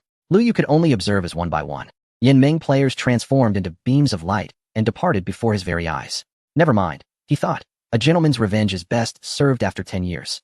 These players were different from the Yu Ming core. The latter could not escape because they had tasks to fulfill. However, the players wreaking havoc on Ju Yizhai were under no such obligation. If they wished to leave, there was nothing Lu Yu could do to stop them. Just as Lu Yu shifted his focus away from the Yin Ming, a thunderous roar echoed from above. A colossal pink dragon descended, unleashing a torrent of searing dragon fire, aimed squarely at the heart of the Yin Ming. In an instant, countless Yin Ming players were reduced to ashes, forced to return home. Moreover, a greater number of players, affected by the intense heat, re-entered the fray. Perched atop the dragon, Sun Hanyu stood tall, her gaze coldly surveying the scene below. Is my Ju Ijai a place you can come and go as you please? Chapter 273. Slaughter. Sun Hanyu's voice was not loud, yet it resonated clearly in the ears of every individual present. This frigid tone caused every player in attendance to freeze in place. They not only beheld the exquisite beauty of Sun Hanyu, but also noticed the emblem of level 80 above her head, the same as that of the city lord of Lingfeng City, Song Qingyan. Lu Yu had traversed the realms of the other races and encountered countless individuals of level 80, even having subdued several in the past. Yet, for these players, level 80 remained an indomitable and formidable symbol. Had they encountered the level 80 Sun Hanyu during their initial fervor, united as a million-strong force, they might have rallied with fervent cries to vanquish any god or Buddha that stood in their way, employing a strategy of sheer numbers to overwhelm her and her summoned beasts. However, now, nearly all players had been stripped of their courage, particularly those of the Flame Alliance. Their only thought was to hastily return to the city, with little concern for counterattacks. After the dragon's breath was unleashed, those players who survived immediately scattered, striving to escape the reach of the young dragon's assault and extricate themselves from combat. Yet, in the next moment, a colossal figure materialized among them. A gigantic pink being descended from the sky, its legs crashing into the ground, causing the earth to tremble. Upon its arrival, the giant spotted the young dragon, Yaya, poised to unleash a roar, but its gaze was abruptly drawn to the crumbling city walls. The walls of Ju Ijai had been painstakingly constructed by it, stone by stone. Now, the fortifications it had labored to erect had been reduced to mere ruins. In an instant, the giant's enmity towards the dragon kin was forgotten, and its furious gaze turned towards all the players present. Those who met its eyes were suddenly engulfed by an overwhelming terror, as if those piercing orbs could condemn them to the depths of hell. Players adorned with the green glow ring had long since begun their retreat. The moment Sun Hanyu made her entrance, Lu Yu had dispatched a message through the tranquil entity, urging them to withdraw. With their mentor's return, Ju Ijai was no longer in peril. Conversely, the auxiliary players remaining here could find themselves in jeopardy, as tens of thousands still lingered. When their mentor took lives, they would not pause to ascertain whether the adversary bore a special ring. Most of the auxiliary members had already returned to Lingfeng City, leaving only the official members of the Abyss Lord beside the teleportation array. These individuals were evidently assisting in the defense of the city, and Sun Hanyu would certainly not mistakenly harm them. Some astute players began to tear their return scrolls, preparing to escape. The prowess of Sun Hanyu was evident to all, and her identity as a summoner instilled deep apprehension. With a giant and a dragon already present, who could fathom how many more summoned beasts remained hidden? If they did not depart soon, they might find themselves irretrievably ensnared. The hope of seizing land deeds had vanished, and their levels could not afford to decrease further. Sun Hanyu's countenance grew cold as she observed the players activating their return scrolls. A pink bat materialized beside her. Upon witnessing the dilapidated state of the gathering stronghold, she resolved not to spare any of the players present. The pink bat opened its wide maw, unleashing silent sonic waves that enveloped the arena, instantly marking all players with ominous symbols above their heads. Concurrently, their return to town statuses were disrupted. The giant strode forward, charging into the throng of players with great strides. Each colossal footfall claimed the lives of several players, while his flailing arms sent others soaring, fulfilling their dreams of flight. Without employing any skills, the giant had already scattered the players, leaving them in disarray, unable to escape. Lu Yu was acutely aware that the giant race possessed numerous innate skills, such as the earth-shaking tremor of the colossal goblin. However, such abilities had an extensive damage radius and immense power. If the giant were to sit down, the casualties among the players would be catastrophic, and the surviving structures of the gathering stronghold would inevitably suffer as well. Destruction is always far easier than construction, and Sun Hanyu did not wish for the entirety of the gathering stronghold to be laid waste. Thus she instructed the giant to exercise caution. On another front, a massive slime revealed itself. As soon as it appeared, it began to roll its body, engulfing players within its gelatinous form. Chaos ensued as players fled in all directions. The slime merely needed to roll about to fill its interior with a variety of players. Those trapped within struggled desperately, but to no avail. Previously, the immobile spectral fortress lord had met a gruesome end within the slime. So what hope did these untranscended players possess? The acidic fluid secreted within the slime caused players to dissolve at a visible rate. Witnessing this scene, those being pursued by the giant suddenly found the prospect of being crushed underfoot by the giant more palatable. At least being stomped would entail a brief moment of pain before they transformed into beams of light and returned to the main city. However, the slow dissolution within the slime was a torment that lingered far longer. Lu Yu had retreated to the farthest corner of the area. Sun Hanyu's summoned beasts recognized him, with a few having even been mounted by him in the past. Yet, Lu Yu could not guarantee that in their exuberance, they would not inadvertently eliminate this old acquaintance. Thus, he opted to observe the battlefield from his secluded vantage point, as the situation rendered any further intervention from him unnecessary. The bat had marked all the players present, preventing their return to town. Sun Hanyu, accompanied by a dragon, pursued the entire Flame Alliance. The giant and the slime converged from either side, leaving the remaining players with no avenue of escape. The battlefield had transformed into a one-sided slaughterhouse, with hundreds of thousands of players scurrying about like panicked livestock. In truth, releasing these players now would be more advantageous for the construction and future development of the Gathering Stronghold. Otherwise, the stronghold risked being branded with labels such as madness, bloodlust, and slaughter by the players. However, Liu Yu had no intention of thwarting Sun Hanyu. He even felt a twinge of regret for not deploying the mermaid earlier, leaving him without a formidable weapon in this predicament. Yet, he stealthily unleashed the Titan, brandishing a mighty hammer as he charged between players. Liu Yu fully comprehended Sun Hanyu's sentiments. Before departing, the city walls stood tall, presenting a nascent form of the main city. Upon returning, however, he was greeted by a vista of desolation. This was a reality that no one could accept. What Sun Hanyu engaged in now was not mere slaughter, but an act of vengeance. This retribution would unequivocally showcase the might of the Unity City. On the battlefield, the players' anguished cries echoed incessantly for over an hour before gradually subsiding. It was not that Sun Hanyu had ceased her onslaught, but rather that very few players remained alive to contest. Liu Yu glanced at the time. Only a few minutes remained before the countdown to the deer hunt were concluded. Chapter 274. Spring Water. Sun Hanyu surveyed the desolate battlefield and commanded the bat to scan once more, ensuring no foes lingered before she gently descended from the skies. She swiftly stowed away her weapon and approached the giant, offering a soothing touch. Having released its pent-up fury, the giant looked around, searching for the dragon's silhouette. It found nothing. Dejected, it slumped to the ground, nudging Sun Hanyu with its hand. Sun Hanyu tenderly caressed it, whispering, "You must labor once more to rebuild the walls." The giant broke into a wide grin, thumping its chest in affirmation. Subsequently, it rose and ambled towards the walls, beginning to arrange the usable stones. Liu Yu observed its retreating figure, noting the giant's apparent fascination with wall construction. The little one had always cherished building castles. Previously, when constructing the walls, Liu Yu had intended to seek assistance, only to incite the giant's displeasure. Sun Hanyu approached Liu Yu, donning a sweet smile. Liu Yu felt a twinge of embarrassment. "Instructor, it was my failure to defend the Unity Village." "Do not say that," Sun Hanyu interjected, placing a finger over Liu Yu's lips. "You single-handedly held off so many players, which is no small feat. Moreover, they merely damaged the walls. The inner structures remain largely intact. Most importantly, the reinforcements I summoned are still here. As long as the little one can restore the walls, the issue will be resolved."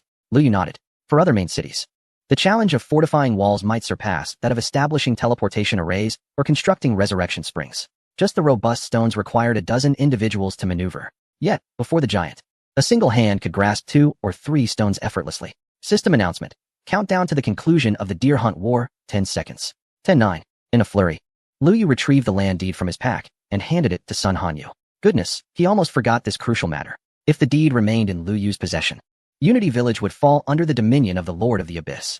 Although Liu Yu could still manage the Gathering Stronghold under the guise of a gang, he was uncertain whether the territory could be traded to NPCs by players.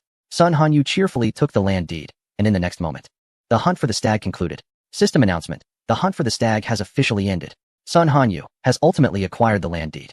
As the recipient of the deed is not a player, this iteration of the hunt for the stag is rendered void, and Gathering Stronghold has reverted to a non-territorial status.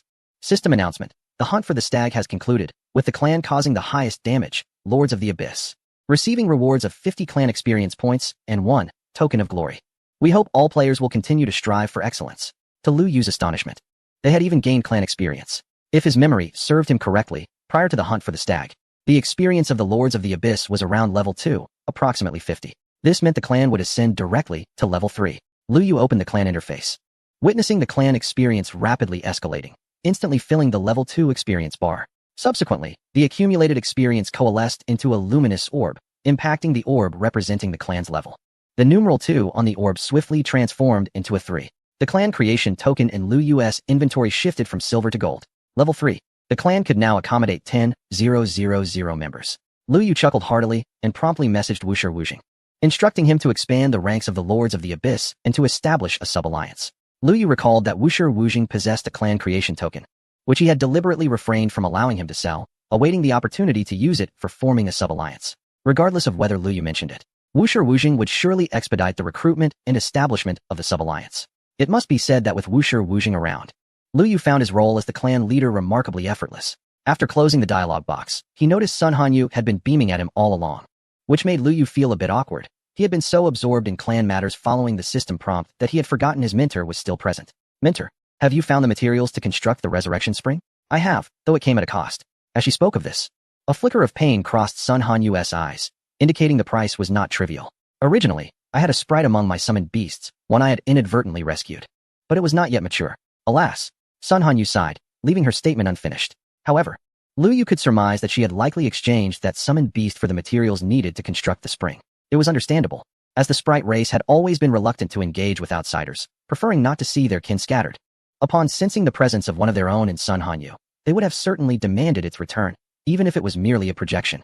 The sprite race was notoriously enigmatic, capable of controlling the visibility of their projections among other races. The sprite she once held was likely as rare as dragons or giants. For her to part with it must have been exceedingly painful. However, it was an unavoidable circumstance, for if Sun Hanyu did not relinquish her, the elven tribe would likely not permit her safe departure.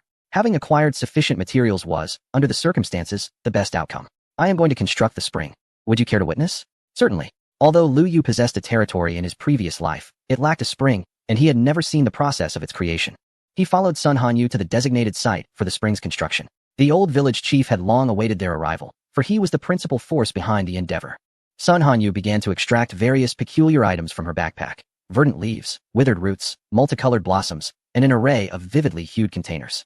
Finally, she even produced several large jars brimming with azure spring water. As she presented these materials, the old village chief meticulously combined them.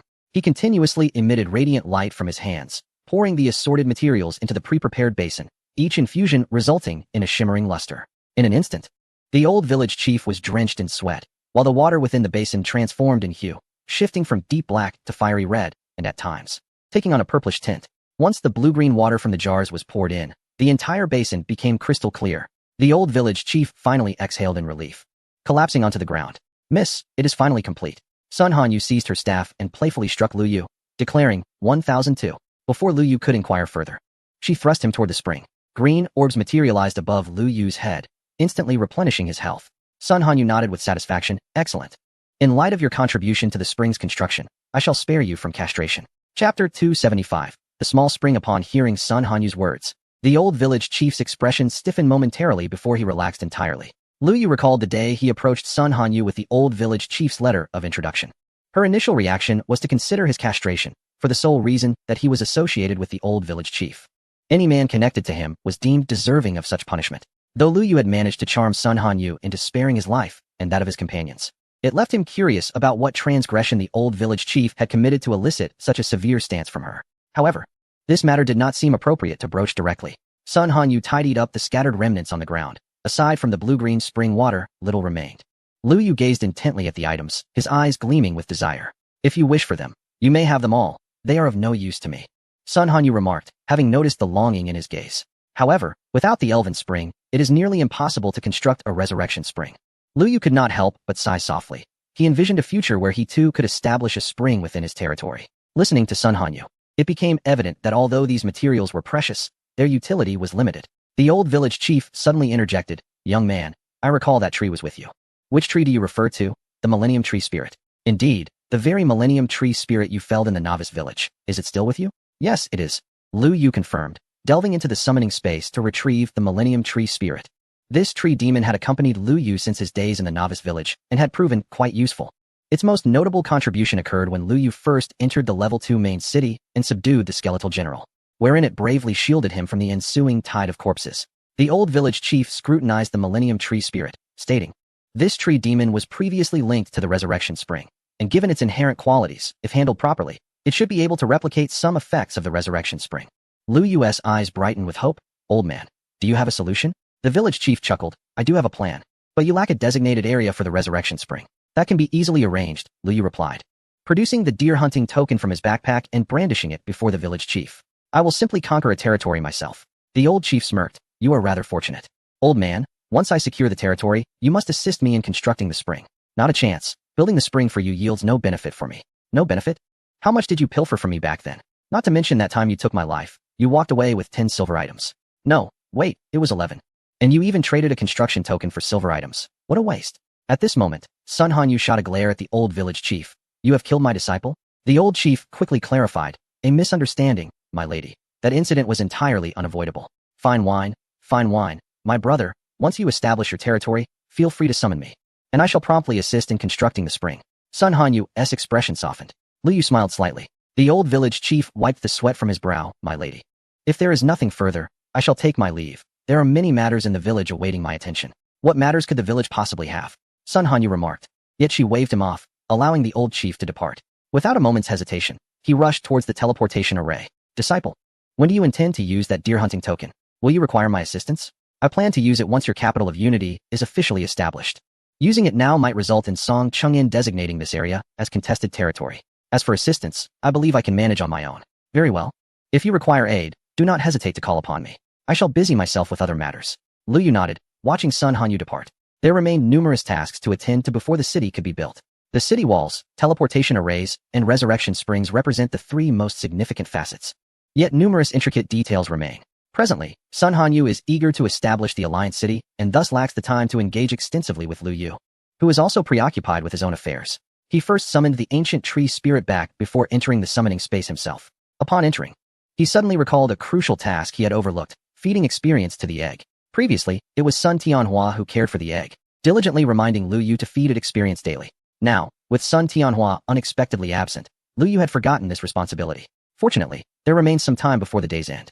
He hurriedly allocated the stored experience to the egg, which was the experience he had intentionally reserved from his last venture, anticipating that he might not have time to gather experience today. Indeed, the day's busyness had rendered him devoid of any experience points.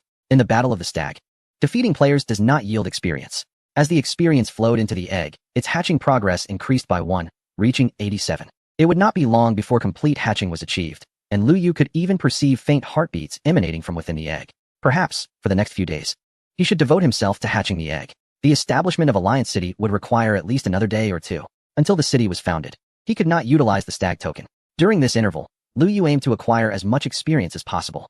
His demand for experience far exceeded that of other players.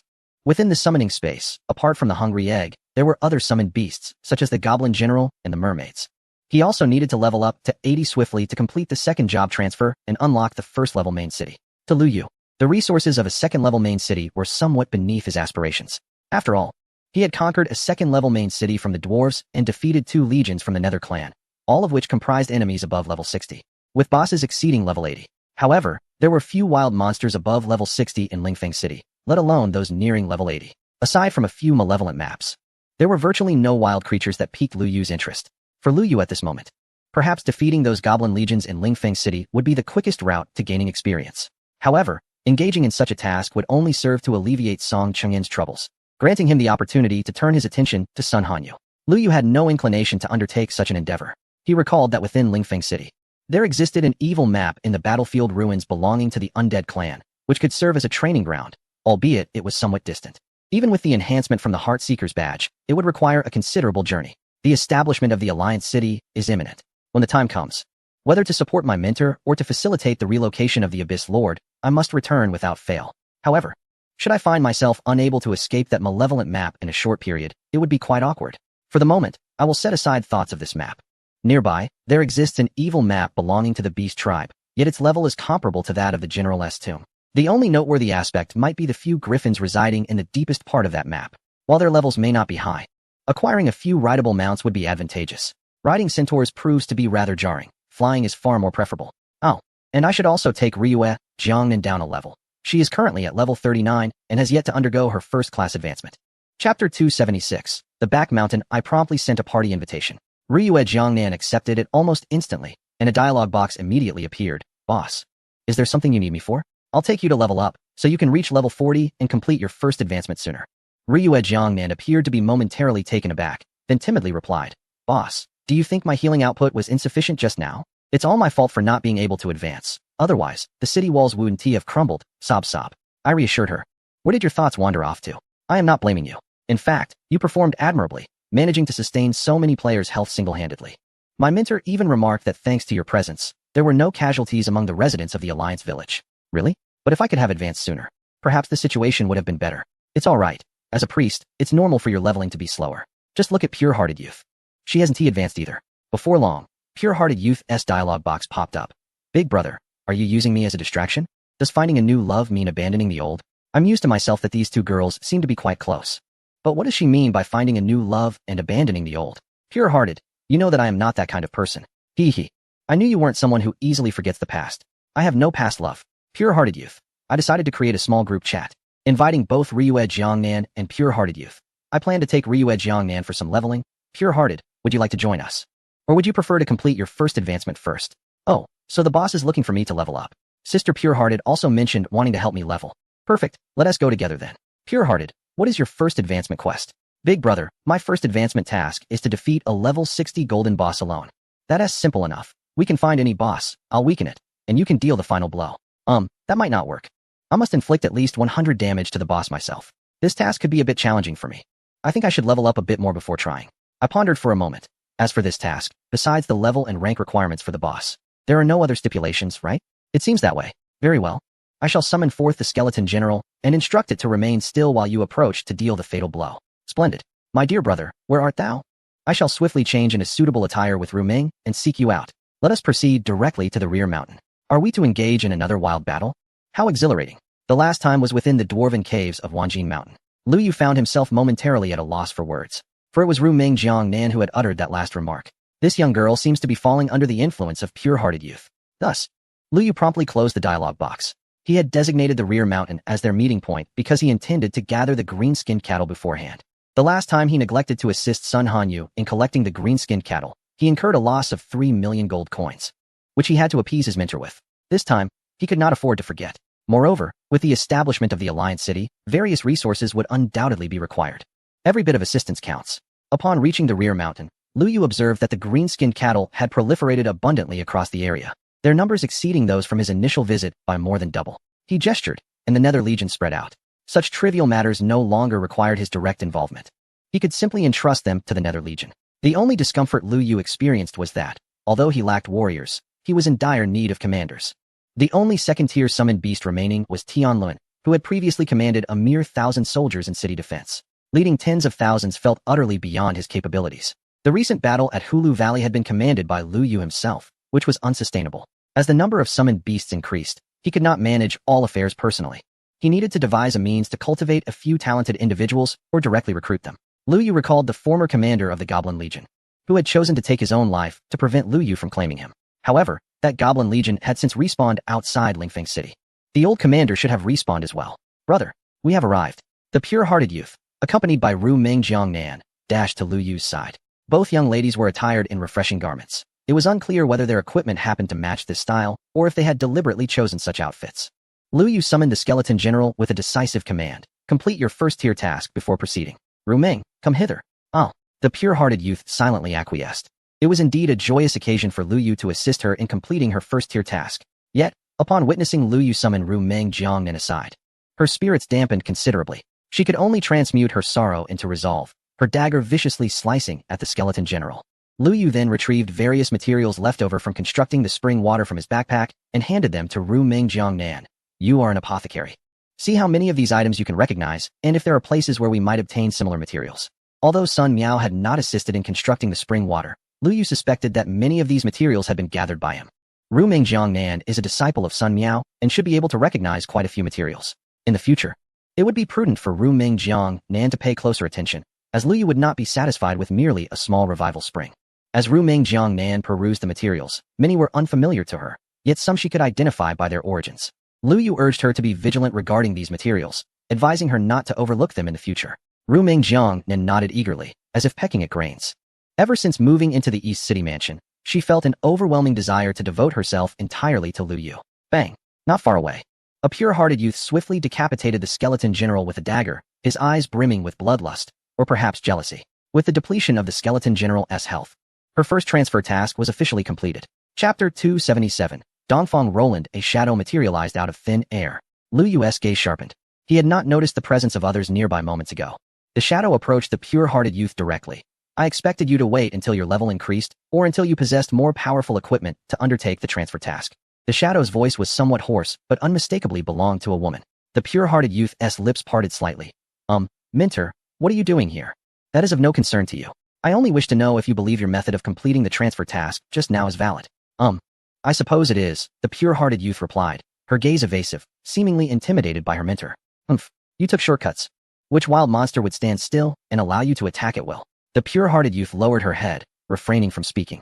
Lu Yu pursed his lips. He glanced at the shadow's ID, Miss Dongfang Roland. I believe the pure-hearted youth completed the transfer task according to your requirements, so it should be considered valid. The shadow turned her head to Lu Yu. Who are you? This is a matter between me and my disciple. What concern is it of yours? Who do you think you are, barging in here? Lu Yu narrowed his eyes, looking at the pure-hearted youth before taking a deep breath and maintaining a smile. I am Qingjiu. You may have heard of my name. Your disciple is my junior. What nonsense is this Qingjiu? I haven't heard of it. Dongfang Roland looked at the ID Lu Yu presented. You are Qingjiu? I did not expect to encounter you here. Her attitude visibly softened. Now I understand why there is a summoned beast assisting the pure-hearted youth in her performance. I thought it was borrowed from that flirtatious Sun Hanyu, but it seems it must be your summoned beast. Lu Yu's expression darkened immediately. Qingjiu, I have heard your name. You just asserted that the pure-hearted youth's method of task completion was without fault. Now, please explain why it is acceptable. If you can convince me, I shall grant her the transfer.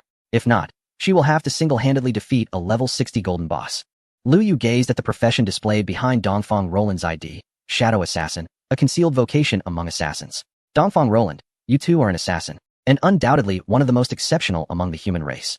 He inquired, might I ask, what do you consider the fundamental requirement when eliminating a target? With a chuckle, she retorted, a level 65 summoner wishes to impart lessons on assassination to an 80-level assassin? Allow me to enlighten you. The answer is well known to all elite assassins. The sole requirement when executing a target is to employ any means necessary. Indeed, any means necessary is the singular demand of an assassin. The pure-hearted youth, also an assassin, had just epitomized this principle when he flawlessly completed his mission moments ago. Dongfang Roland clearly felt a pang of indignation. That is not correct. Assassination differs from completing my class transition task. Lu Yu pressed on. Then what purpose does your transition assignment serve? Naturally, it is to assess and enhance her abilities. She replied. She has now perfectly fulfilled your task as per your requirements, which is ample evidence of her prowess. We previously mentioned any means necessary, and I feel compelled to remind you that this phrase encompasses more than just despicable or bloody tactics. It refers to utilizing all available resources to achieve one's objectives. Dongfang Roland was momentarily at a loss for words, before finally exclaiming in exasperation, nonsense. A heap of nonsense. Pure-hearted, come here. The pure-hearted youth stepped forward, and Dongfang Roland placed her hand on his shoulder. A flash of light enveloped him, signaling the completion of his transition. Enough, be gone. Do not let me catch you cheating again. The pure-hearted youth stuck out his tongue and swiftly retreated behind Lu Yu. And you, Qingjiu, should I find out that you dare to assist pure-hearted again, regardless of how formidable your summoned beasts may be, I shall slay you. Lu Yu remained expressionless. Why wait for another time? Perhaps we could test that assertion now and see if you can truly kill me. Oh, you seek to provoke me deliberately? Lu Yu nodded slightly. I just heard a term escape your lips that vexed me greatly. Sun Hanyu is my mentor, and I will not tolerate any disrespect towards her. Today, I shall refer to her as a harlot. What will you do about it? Come and strike me. Harlot Sun Hanyu, Harlot Sun Hanyu. In an instant, Dongfang Roland vanished. Bang! A massive hammer crashed down where she had just stood. You dare to play with me in earnest? You seek death. Dongfang Roland's figure disappeared, entering a state of stealth. Lu Yu, however, summoned forth a legion of phantom warriors with a simple gesture. His inability to detect the position of a second-tier assassin in stealth did not imply that the phantom warriors were equally incapable. Soon, a vague sensation connected telepathically with Lu Yu's mind. The corporeal form of Dongfang Roland seemed to transmute into a mere shadow, weaving seamlessly through the almost imperceptible gaps between the ethereal warriors, her objective being Lu Yu. At that moment, she was a mere 10 paces away from him. The layers of ethereal warriors did not impede Dongfang Roland's advance. Rather, they constricted Lu Yu's ability to maneuver. In a decisive move, Lu Yu raised both hands. The black-headed eagle materialized, its claws grasping Lu Yu's hands, lifting him directly into the air. In the next instant, a gleam of a dagger flashed beneath Lu Yu's feet. Dongfang Roland gazed at Lu Yu suspended in midair, momentarily at a loss for words. Lacking any flight abilities or winged companions, she found herself at a disadvantage. Just as she was about to voice her frustration, she noticed the black-headed eagle struggling to maintain its flight, clearly on the verge of faltering. Dongfang Roland's mood shifted. Little creature, I wonder how long you can sustain your flight. Eliminating you will suffice. The ethereal warriors vanished, and Tianluan's colossal hammer descended once more. Dongfang Roland evaded. But this time, Tianluan unleashed a sweeping area attack, sending rippling shockwaves radiating from the point of impact. Dongfang Roland was a fraction too slow. Her body jolted backward as damage numbers erupted above her head. Her expression turned serious as she spun the dagger in her hand, transitioning to a reverse grip. In a swift motion, she closed the distance to Tianluan, plunging the dagger downward. Tianluan raised his hammer to block, yet Dongfang Roland suddenly withdrew her dagger, simultaneously exerting force with her feet and waist, executing a somersault to land atop Tianluan's hammer. Utilizing the momentum from the hammer's block, Dongfang Roland leaped into the air, once again wielding her dagger. Her target was not Lu Yu, but the black-headed eagle that held him. Lu Yu hastily relinquished his grip, summoning the black-headed eagle back to the summoning space. After all, it was his only flying, boss-class summoned beast, and he did not wish for its demise here. A slight smirk graced Dongfang Roland's lips as she descended, her dagger poised, now aiming for Lu Yu himself. However, before she could fully touch down, a massive hammer obstructed her path. Unperturbed, she exerted her waist strength, deftly pivoting in midair to narrowly evade Tian Luan's hammer. Simultaneously, she hurled her dagger, which plunged directly into Lu Yu's chest. His health plummeted rapidly. He retreated swiftly while brandishing his staff, a beam of healing light enveloping him. The restoration spell elevated his health back to 71, as it seemed Dongfang Roland had intentionally spared him, leaving him at a precarious 1 health point. Moments later, 2 more healing beams descended, courtesy of the healing from Ru Meng Jiangnan. The naive youth stood anxiously to one side, caught between Lu Yu and the mentor, unable to assist either. However, upon witnessing the dagger of Eastern Roland pierce Lu Yu's chest, her turmoil dissipated. In a flash, she vanished, appearing behind Eastern Roland, poised to deliver a backstab, yet a formidable force abruptly yanked her back to her original position. The goblin general obstructed her attempt to charge forward once more. Simultaneously, a massive hammer sent Eastern Roland, who had just landed, hurtling away. As an assassin, her health was already fragile. Enduring such a blow caused a significant drop in her vitality. Spitting onto the ground, she prepared to rush at Lu Yu again. At that moment, a graceful figure descended from the air, positioning herself before Lu Yu. You dare lay a hand on my disciple, you shameless harlot. Chapter 278. The transformed naive youth Eastern Roland, upon seeing Sun Hanyu, was instantly consumed by rage. You little vixen, it was your disciple who struck me first. I won't have it. I only saw you attacking my disciple, so you owe me. Ridiculous. Dream on if you think I will compensate you. Vile harlot. I shall not back down.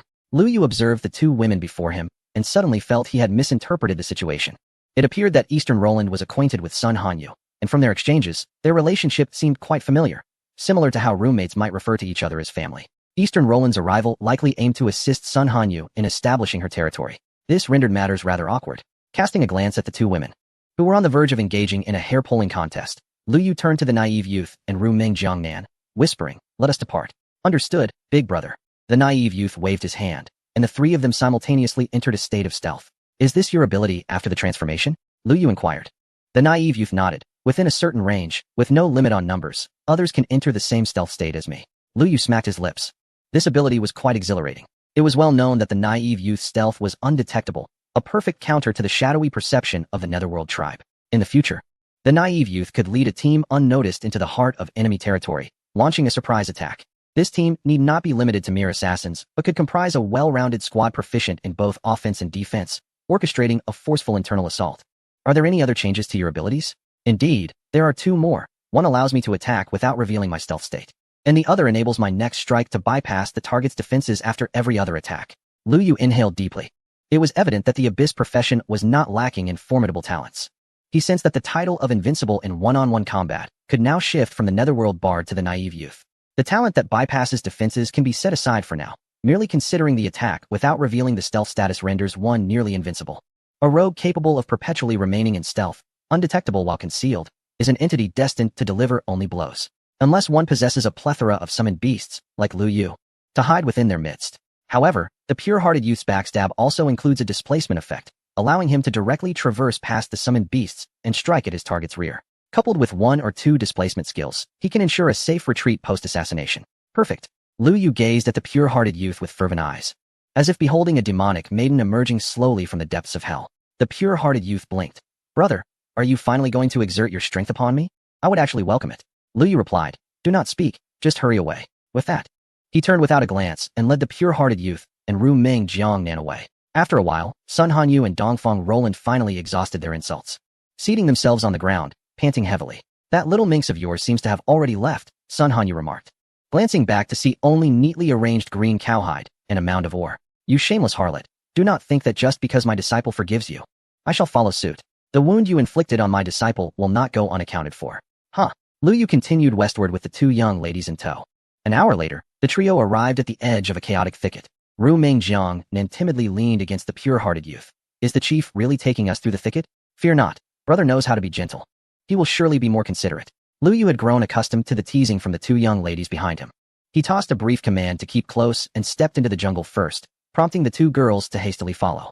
The thicket was rife with thorns, and not daring to ignite a fire here, Lu Yu summoned a legion of heavily armored spectral warriors to clear the path ahead. Soon, An expanse of open grassland lay before them. In the center of the grassland, there appeared to be a serpentine mirror, shimmering like rippling lake waters. This marked the entrance to the malevolent territory of the beast tribe, where the creatures within were primarily of level 40 to 60, sufficient to elevate Jiang Nan to level 40. Let us proceed, step inside, Lu Yu urged, leading the two young ladies toward the mirror. As their bodies merged with its surface, the surrounding environment shifted dramatically. They found themselves amidst a charred wasteland, resembling a prairie ravaged by a great fire, with distant mountains cloaked in darkness. Brother, who set fire to the mountains? Lu Yu scanned the area. Something was amiss.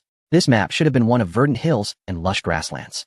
Chapter 279. The scorched grounds. Be cautious, Jiangnan. First, let us envelop ourselves in a layer of healing. Understood, leader. With a flourish of her staff, Ruming Jiangnan invoked her healing skill, enveloping the three of them in a gentle green aura. Lu Yu then gestured, summoning dozens of black-headed eagles and hundreds of ghostly warriors to scour the surroundings. He, accompanied by the two young girls, advanced toward the charred mountain in the distance. There was likely a level 40 silver boss lurking there. However, given the current circumstances, its existence remained uncertain. The summoned beast scouting the area had yet to relay any signs of life. Brother, is there something amiss with this map? It appears there is indeed a significant problem. Most beast tribes thrive in vibrant locales, with only a few, particularly the aberrant creatures, requiring specific survival conditions. Yet, the landscape before them was shrouded in a pervasive desolation, as if an inferno had consumed the land. Who possesses the power to incinerate such an expansive area? It seemed this map had been entirely ravaged by flames. Lu Yu found no corresponding race that could explain the current devastation.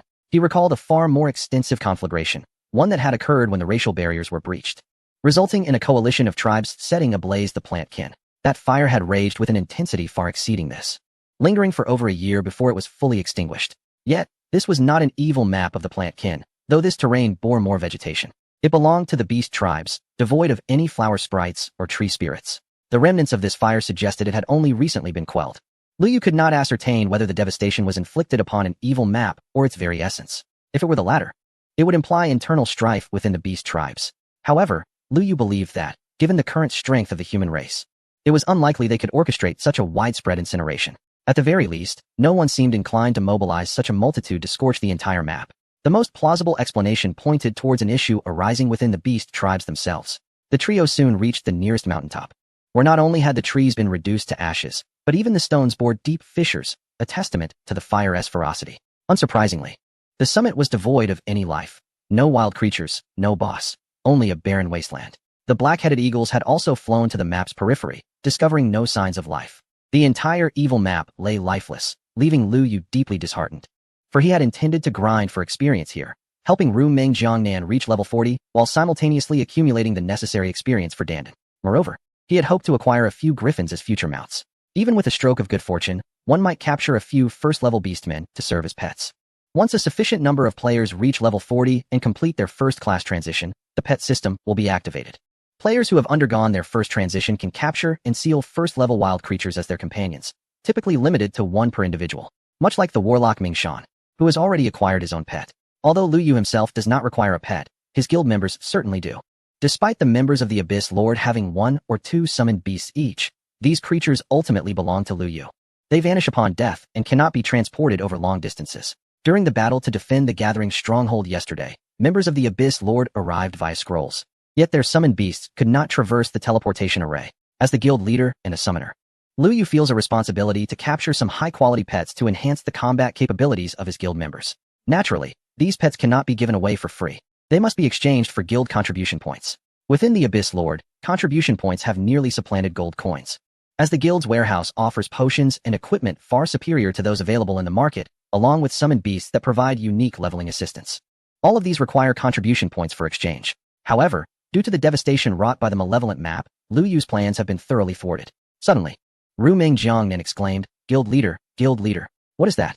Following her pointed direction, Lu Yu gazed upward to see a fiery red orb emerging from the sun in the sky. This orb was rapidly enlarging, swiftly engulfing the entire sun, and continued to expand. Brother, that orb seems to be coming towards us, Ruming Jiangnan observed. Lu Yu narrowed his eyes, attempting to discern what it truly was. Yet the blinding light obscured his vision, revealing only the approaching crimson fireball, growing larger by the moment. As it drew nearer, an intense heat enveloped him, seemingly poised to scorch everything in its path. Lu Yu began to grasp the nature of the phenomenon. A Jinwu, a creature even more formidable than the one residing in his summoning space. Damage numbers began to emerge above the heads of the three, a consequence of the burning effect. Though the Jinwu was still a considerable distance away, the heat it emitted was already inflicting tangible harm. Lu Yu understood why this malevolent map had devolved into its current state. With the presence of this Jinwu, it was astonishing that any vitality remained in the area. Fortunately, Ru Mingjiang Nen had already bestowed the healing elixir upon everyone, allowing for healing that could easily offset the damage taken. However, the summoned beasts could no longer remain outside. Lu Yu recalled his black-headed eagle swarm. As for the Wraith warriors, it mattered little, as they were essentially the embodiment of their kind and could be respawned if defeated. The golden crow draws ever closer, its searing damage intensifying. What once could be mended with a single vial of healing now necessitates the addition of miraculous rejuvenation for each individual. Brother, I suspect that creature surpasses the mere second evolution, does it not? In this malevolent realm, devoid of a boss, there is no means to acquire the map, allowing the three to depart unimpeded. It must indeed be beyond the third evolution. As the golden crow approaches, Lu Yu increasingly perceives its formidable strength, far exceeding that of the small golden crows within the summoning space. It is unlikely that the disparity arises solely from level differences. Rather, it is a matter of rank. The small golden crow has already reached the third evolution. Thus, if this one possesses a rank superior to that, it could very well be at the fourth evolution. The fourth evolution, a phenomenon Lu Yu has never encountered in his previous life. Brother, should we not retreat? It appears rather unfriendly towards us. Lu Yu shook his head. You two should leave first. I believe it has come specifically for me. Given the extreme rarity of golden crows, Lu Yu could not fathom that this one, descending from the skies, bore no relation to the one in his summoning space. The innocent youth and Ru Ming Jiangnan, noticing Lu Yu's determination to remain, chose not to depart. At last, amidst a wave of scorching heat, the golden crow landed before Lu Yu and his companions. Its gaze fixated on Lu Yu, the expression unfriendly, as if merely refraining from ending his life was its greatest act of restraint. Chapter 280, The Golden Crow Human. I sense the lingering essence of my progeny within you, a scent of death. You have slain my descendant. Lu Yu nodded. Indeed, I personally killed a golden crow. His tone was remarkably calm, as though recounting a trivial event. Human, you possess great audacity, or do you believe this to be a mere game? A game? For most. Perhaps, for me it is not. Oh, so you are aware of the abyss's truth. I cannot claim to know, but I have some understanding. Yet you dared to slay my progeny. Soon, I shall ensure the human race accompanies it in death. And you, human, I shall exact vengeance for my descendant this very moment. A blaze erupted from the golden crow. Just then, Lu Yu waved his hand, summoning the small golden crow. The flames enveloping the golden crow swiftly dissipated. Child, the golden crow scooped up the small golden crow, lying feebly on the ground, infusing it with searing flames that gradually restored some vitality. However, its life force continued to wane. Ru Ming Jiangnan instinctively cast miraculous rejuvenation upon the small golden crow, while Lu Yu also bestowed a healing spell. Yet, this merely served to temporarily stabilize the small golden crow's life force, failing to eradicate the lingering underworld poison. Rather, due to the healing's influence, the underworld poison became more active, hastening the decline of its life force. The golden crow radiated layers of shimmering light, enveloping the little golden crow without reservation. Yet, against the dark miasma of the nether poison, the golden light proved utterly ineffective. The seemingly rich and flowing golden rays dissipated and vanished the moment they met the black mist. The little golden crow displayed an even more agonized expression. Unable to bear witness to its suffering, Lu Yu extended his hand and summoned the little golden crow back to the summoning space. The golden crow did not resist. Instead, it extinguished the flames surrounding its form, its eyes reflecting a hint of sorrow and reluctance. I felt there was no need for further explanation. Indeed, the golden crow shook its head, indicating that it was the water of the dead river, albeit more potent than that. I had never encountered such poison before. Lu Yu raised an eyebrow, surprised that this golden crow was unfamiliar with the nether poison, yet aware of the water of the dead river. Human, my child is not merely a projection, yet you have managed to subdue it. Thus, you must be a depth summoner. Indeed, Lu Yu revealed his ID and profession. Clear wine. The golden crow expressed confusion. You are not Sun Tianhua. Yet, how could you possibly be him? A new depth summoner has emerged, indicating that another era has passed. No wonder I cannot enter the realm of humanity. Lu Yu remained silent, though his pupils quivered slightly as he gazed at the golden crow, hoping to glean more information from it. The golden crow noticed Lu Yu's intense gaze. It appears I have divulged more than intended. No, what you have shared is precisely what I wish to learn, the golden crow replied, shaking its head. The abyss has its protocols, and we are not permitted to disclose excessive information. I can sense that my true form has been gravely injured by the abyss. Perhaps I have slumbered for too long. Lu Yu sighed softly, feeling a pang of regret, yet the golden crow's previous words were sufficient for him to validate certain truths. Human, you have preserved my child's life, for which I am grateful. However, I do not wish for it to endure further suffering. If possible, death can sometimes be a form of release. You may lack a profound understanding of depth summoners. Your child sleeps peacefully in my summoning space and does not suffer. I know Sun Tianhua. He informed me of a method to detoxify. If conditions allow in the future, I may have the opportunity to relieve your child's poison. You know Sun Tianhua? It seems that old fellow is not entirely dead yet. Can he truly cure this poison? I cannot guarantee 100% success, but it is worth attempting. Very well. Even if that old man claims he has 100% certainty, I would not dare to trust him completely. You seem well acquainted with Sun Tianhua. By the way, what is the name of this poison? I have never encountered it before. I can sense the water of the dead river within it, yet it seems to contain something else. It is called nether poison, a lethal concoction crafted by the nether race using their corpse energy and the water of the dead river. Oh, the nether race. A trace of disdain seemed to linger in the tone of the golden crow. Humanity, once again, I extend my gratitude for safeguarding my descendants. The barriers of race have yet to be lifted, and I believe it is time for me to retreat into slumber once more. As the golden crow spoke, its form began to fade. Lu Yu hastily interjected, in our human race, gratitude should never remain merely a verbal expression. The golden crow turned its gaze back to Lu Yu, inquiring, what is it that you desire? I am but a mere projection. Lu Yu maintained his smile, remaining silent as he regarded the golden crow. The creature comprehended Lu Yu's intent and chuckled, indeed, for an abyss summoner, I am the finest of treasures. However, you are currently unable to subjugate me. Oh, why is that? The golden crow clearly possessed knowledge of abyss summoners. Thus it should have been aware that their talents enable them to conquer anything. It is due to the disparity in our levels of existence. The golden crow refrained from further elaboration, as it seemed that continuing would lead to matters that could not be spoken of. Lu Yu did not press further. Silently noting this information in his heart, the alteration in life levels must occur at the fourth transformation, specifically at level 160. Nonetheless, you are correct. Gratitude should not be confined to mere words. Although you cannot subdue me, you may still gain experience and equipment by eliminating me. As the golden crow spoke, its life force began to diminish rapidly, until only the faintest trace remained. Very well, you may proceed, the golden crow declared, closing its eyes. Thank you, Lu Yu responded, raising his staff and casting the falling rock spell, which extinguished the last vestige of the golden crow's life. A golden orb materialized, subsequently shattering the void and vanishing from sight. This evoked memories for Lu Yu of the moment when the son of the underworld perished, almost identical to the present scene. As the golden orb dissipated, a plethora of items emerged. These were the spoils dropped by the golden crow. Chapter 281. The spoils. 3 tokens. Lu Yu smacked his lips, realizing that subjugation was indeed unattainable. The issue of life levels had eluded him even in his previous life. He had never even heard whispers of it. It was astonishing to learn that such disparities could influence the manifestation of one's professional talents. Had he been able to capture the projection of that golden crow, he would have been unstoppable. Alas, it was not meant to be. However, this encounter was not devoid of rewards. In fact, the bounty exceeded his expectations. The pure-hearted youth, along with Lu Yu himself, were enveloped in a radiant glow of advancement.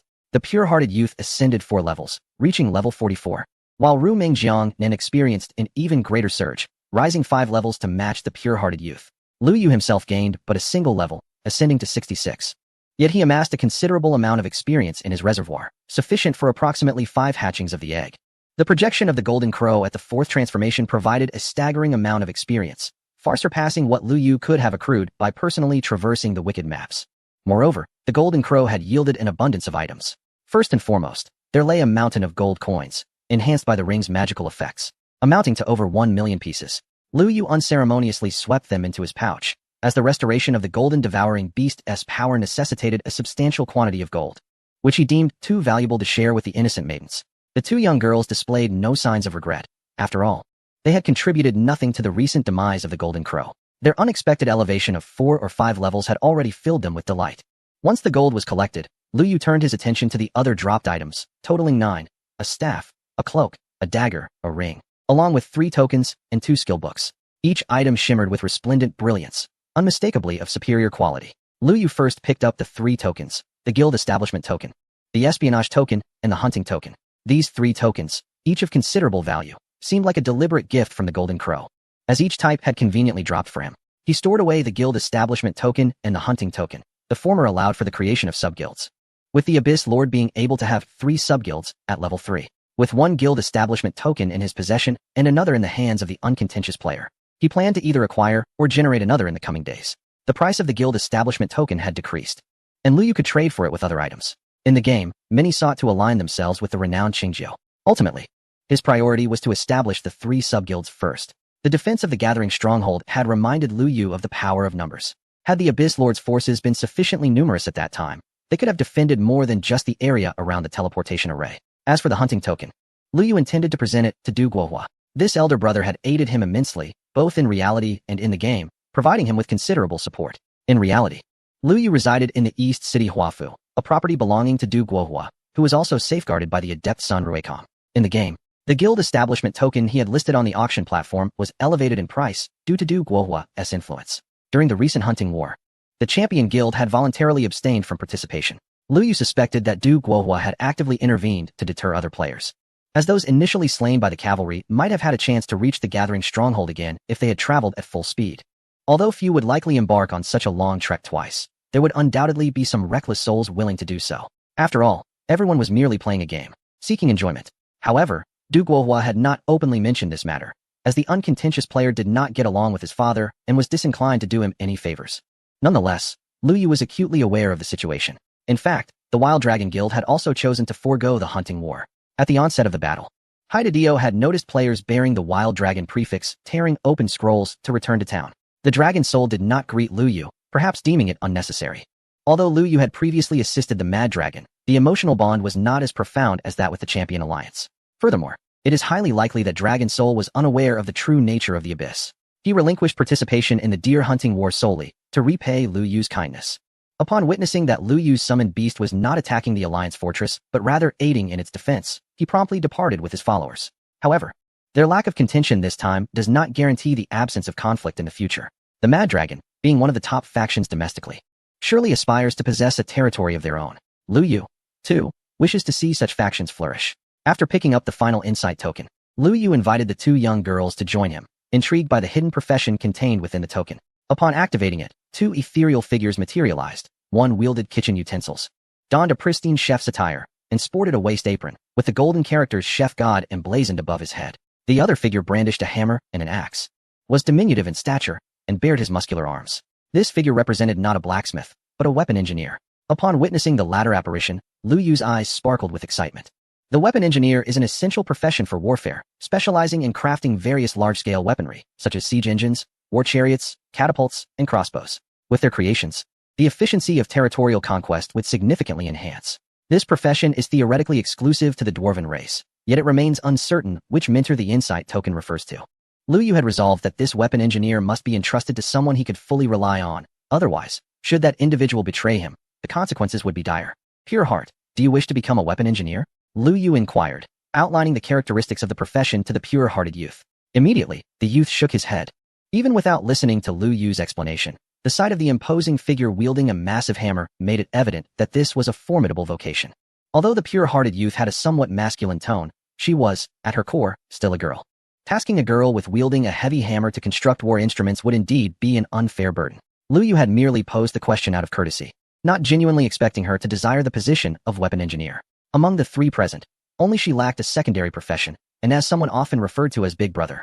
Liu Yu felt it necessary to inquire politely. Since she was unwilling to take on the role, he would subsequently consult Qinzhou or Pafu Qinzhou, as well as Betty and Little Bear. These individuals, who were among the first to enter the Abyss, had long since become Liu Yu's trusted confidants. However, there remained one issue. The insight token could not be placed into his backpack. The token possessed a unique characteristic, preventing it from being stored by anyone who had already assumed a hidden profession. Liu Yu's primary and secondary occupations are both concealed careers. He glanced at Ruming Jiangnan and thought to himself, this young lady, like him, possesses two hidden professions. Then he turned his attention to Chunqing Xiaoyan. Although she had not taken on a secondary occupation, her main profession was also a hidden career. Liu Yu mused, well, the three of them collectively held 5 professions, all of which were hidden. Never mind, I shall keep this token firmly in my grasp. Chapter 282, Spoils of War. Skill books. After examining the token, Liu Yu picked up 2 skill books. One was entirely crimson, emanating a searing heat that even felt slightly burning to the touch. The other radiated a blinding white light that was difficult to behold. Both skill books exhibited distinct characteristics reminiscent of the Golden Crow. The two young ladies instinctively drew closer. While the token was of no use to them, everyone coveted the skill books. Liu Yu placed the skill books in the center for all 3 to examine together. He first opened the dazzling white skill book, revealing the following description. Holy Light, skill description, raise your staff high, emitting brilliant light that dispels negative attributes in all areas illuminated by its glow. Class restriction, Priest, Mage. This was a potent auxiliary skill, akin to a group purification effect. Chunqing Xiaoyan instinctively retracted her neck. The class limitation of this skill rendered it irrelevant to her. Furthermore, as an assassin, even if she were to learn such a skill, it would be of little utility. Lu Yu and Ru Mingjiang then exchanged glances. Either one of them could learn this skill. If Lu Yu acquired it, he could dispel negative effects from his summoned beasts during combat. If Ru Mingjiang Nan learned it, the entire Abyss Lord would benefit. Leader, you should learn this skill. With it, your summoned beasts will have enhanced protection. Lu Yu, possessing only enhancement-type skills like War Horn, indeed lacked a skill for dispelling negative effects. However, after some contemplation, he decided to hand the Holy Light skill book to Ru Mingjiang Nan. Jiang Nan, you should learn this skill. My summoned beasts are already powerful, and even if they suffer negative statuses, the impact will not be significant. Besides, I am often absent from the guild. It is essential to have a strong support to aid the guild members' development. Ru Mingjiang Nan understood Lu Yu's character. His decisions were often well considered and rarely altered lightly. Moreover, Lu Yu's recent words clearly placed the burden of guild development upon her shoulders. The opportunity to assist Lu Yu in nurturing the guild and alleviating his pressures delighted her. She silently vowed to become the best stress relief tool and assistant for the leader. Ru Mingjiang Nan accepted the skill book and promptly chose to learn it. Lu Yu then summoned Xiao Jin Wu once more, allowing Ru Mingjiang Nan to demonstrate the Holy Light skill on it. A dazzling light flashed, and the little golden crow emitted a mournful cry. Yet the dense aura of darkness surrounding it remained potent. Lu Yu hastily returned it to the summoning space.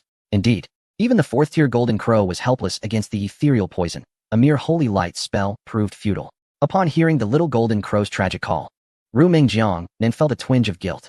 Lu Yu gently patted her head, signaling her not to feel that way. It was merely an attempt. Failure was to be expected. Lu Yu then picked up the second skill book, and the innocent youth leaned in closer. Although she realized that the skill book appeared to be exclusively for mages, she couldn't resist the urge to examine the skill's effects. Divine Fire, skill description, summons endless flames from the void, inflicting indiscriminate damage on targets within a 100 by 100 range. Unless the caster actively retracts the flames, they cannot be extinguished. Class restriction, Mage, Priest. Hiss, hiss. The three of them simultaneously inhaled sharply. This skill seemed rather overpowered. At the first star level, the skill's range could cover 100 by 100. For comparison, Lu Yu's Rockfall spell at the first star level had a coverage of only 88. The range of Divine Fire was approximately 20 times that of Rockfall. Moreover, the flames possessed the unique characteristic of being inextinguishable. If the caster wished, could they not transform the entire abyss into a sea of fire? Cough, cough. This skill book shall belong to me. This time, Lu Yu showed no hesitation. The innocent youth could not learn it. And Ru Mingjiang Nan already had the Holy Light. This skill book was rightfully his. The two young girls naturally had no objections.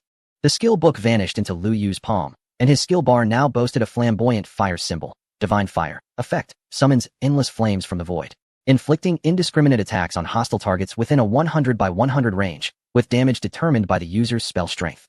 Endless flames can only be retracted, not extinguished. Current star level allows summoning of 3 flames. Cooldown, 5 minutes. Cost, 1000 mana. Proficiency, 0-1000. Upon reading this skill description, Lu Yu couldn't help but feel a bit disheartened. It turned out that the summoning of flames was not limitless. At the first star level, he could only summon 3 flames of 100 by 100. To change the direction of the flames, he had to retract them and then resummon. However, this was understandable. If he could truly summon them infinitely, Lu Yu could easily run amok in other races' territories, engulfing them all in an endless sea of fire. If that were the case, there would be no need to wait for the racial barriers to open. Humanity could become the sole race in the abyss. After learning Divine Fire, Lu Yu did not immediately conduct an experiment. As the surroundings lay charred and desolate, the addition of yet another fire would render no discernible effect. Both skill tomes had found their rightful owners, leaving only 4 pieces of equipment remaining. Lu Yu had long noticed the staff, but had restrained his excitement within. His current staff was merely of silver grade, wholly inadequate for his present level. It was only due to his reliance on summoned beasts in combat that the deficiencies in his gear had not yet been revealed. Now, with the emergence of a staff, how could he possibly remain indifferent? Not just Lu Yu, but the innocent youth was equally exhilarated, having spotted a dagger. Lu Yu feigned composure as he collected the 4 pieces of equipment from the ground, their names illuminating before him. Staff of the Blazing Sun, Celestial Artifact. Doom's Icy Radiance, Celestial Artifact. Gale Cloak, Celestial Artifact. Savior's Ring, Celestial Artifact. Chapter 283, Spoils of War. Without even opening the attributes of the 4 pieces, Lu Yu could feel his heartbeat quickening at the sight of their celestial grade. He shook his head, reminding himself that he had faced 3rd-tier challenges. Such celestial artifacts should not provoke such a loss of composure. A soft gulp echoed in the air. Lu Yu touched his throat, realizing that the sound was not his own. He glanced to his side, where the innocent youth was fixated on the dagger known as Doom's Icy Radiance, her eyes brimming with yearning. Suddenly, Lu Yu felt an uncanny familiarity in her gaze. It resembled the way she often looked at him. Adjusting his pants, he decided to indulge her overwhelming eagerness. He proceeded to display the attributes of the dagger. Doom's Icy Radiance. Celestial Artifact. Level 44 attack. 9860 attack speed. 1000 critical hit. 1000 lifesteal. 40 additional. Increases the user's critical hit rate and accuracy by 30. Effect 1. Shadow Sprint. When in stealth, movement speed is increased by 200. Effect 2. Surprise Strike. Within 5 seconds of exiting stealth. Grants a teleportation ability of 10 meters, with a cooldown of 3 minutes. A true assassin's treasure, especially for the innocent youth, it was undoubtedly the pinnacle of divine equipment. The two effects would perfectly enhance her professional talents. Earlier, while on the mountainside, Lu Yu had contemplated finding a displacement skill tome for her. Although he had not located the skill book, the effects of this equipment aligned seamlessly with his intentions. Lu Yu glanced at the dagger, then at the innocent youth, casually tossing the dagger toward her. She was momentarily taken aback, then hurriedly caught it. Big brother, are you giving this dagger to me? Nonsense. If I don't give you anything, your drool is about to drip onto my hand. Hee. Thank you, my dear brother. What style do you prefer? Pure student attire? Bunny girl? Sensual professional outfit? What does that mean? I feel that after acquiring this piece of equipment from you, I must contribute something in return. Otherwise, I would feel particularly guilty. Allow me to serve you tonight. Is it not enough that you have acquired the equipment? Do you still desire my body? No. I merely wish to bring you joy. Get lost. Lu Yu completely disregarded the innocent youth and activated the attributes of the ring, Savior's Ring. His intuition suggested that this must be a piece of priestly equipment. Savior's Ring. Heavenly Artifact. Level 44 magic power. 5600 attack speed. 300 health. 8000 magic resistance. 1200 defense.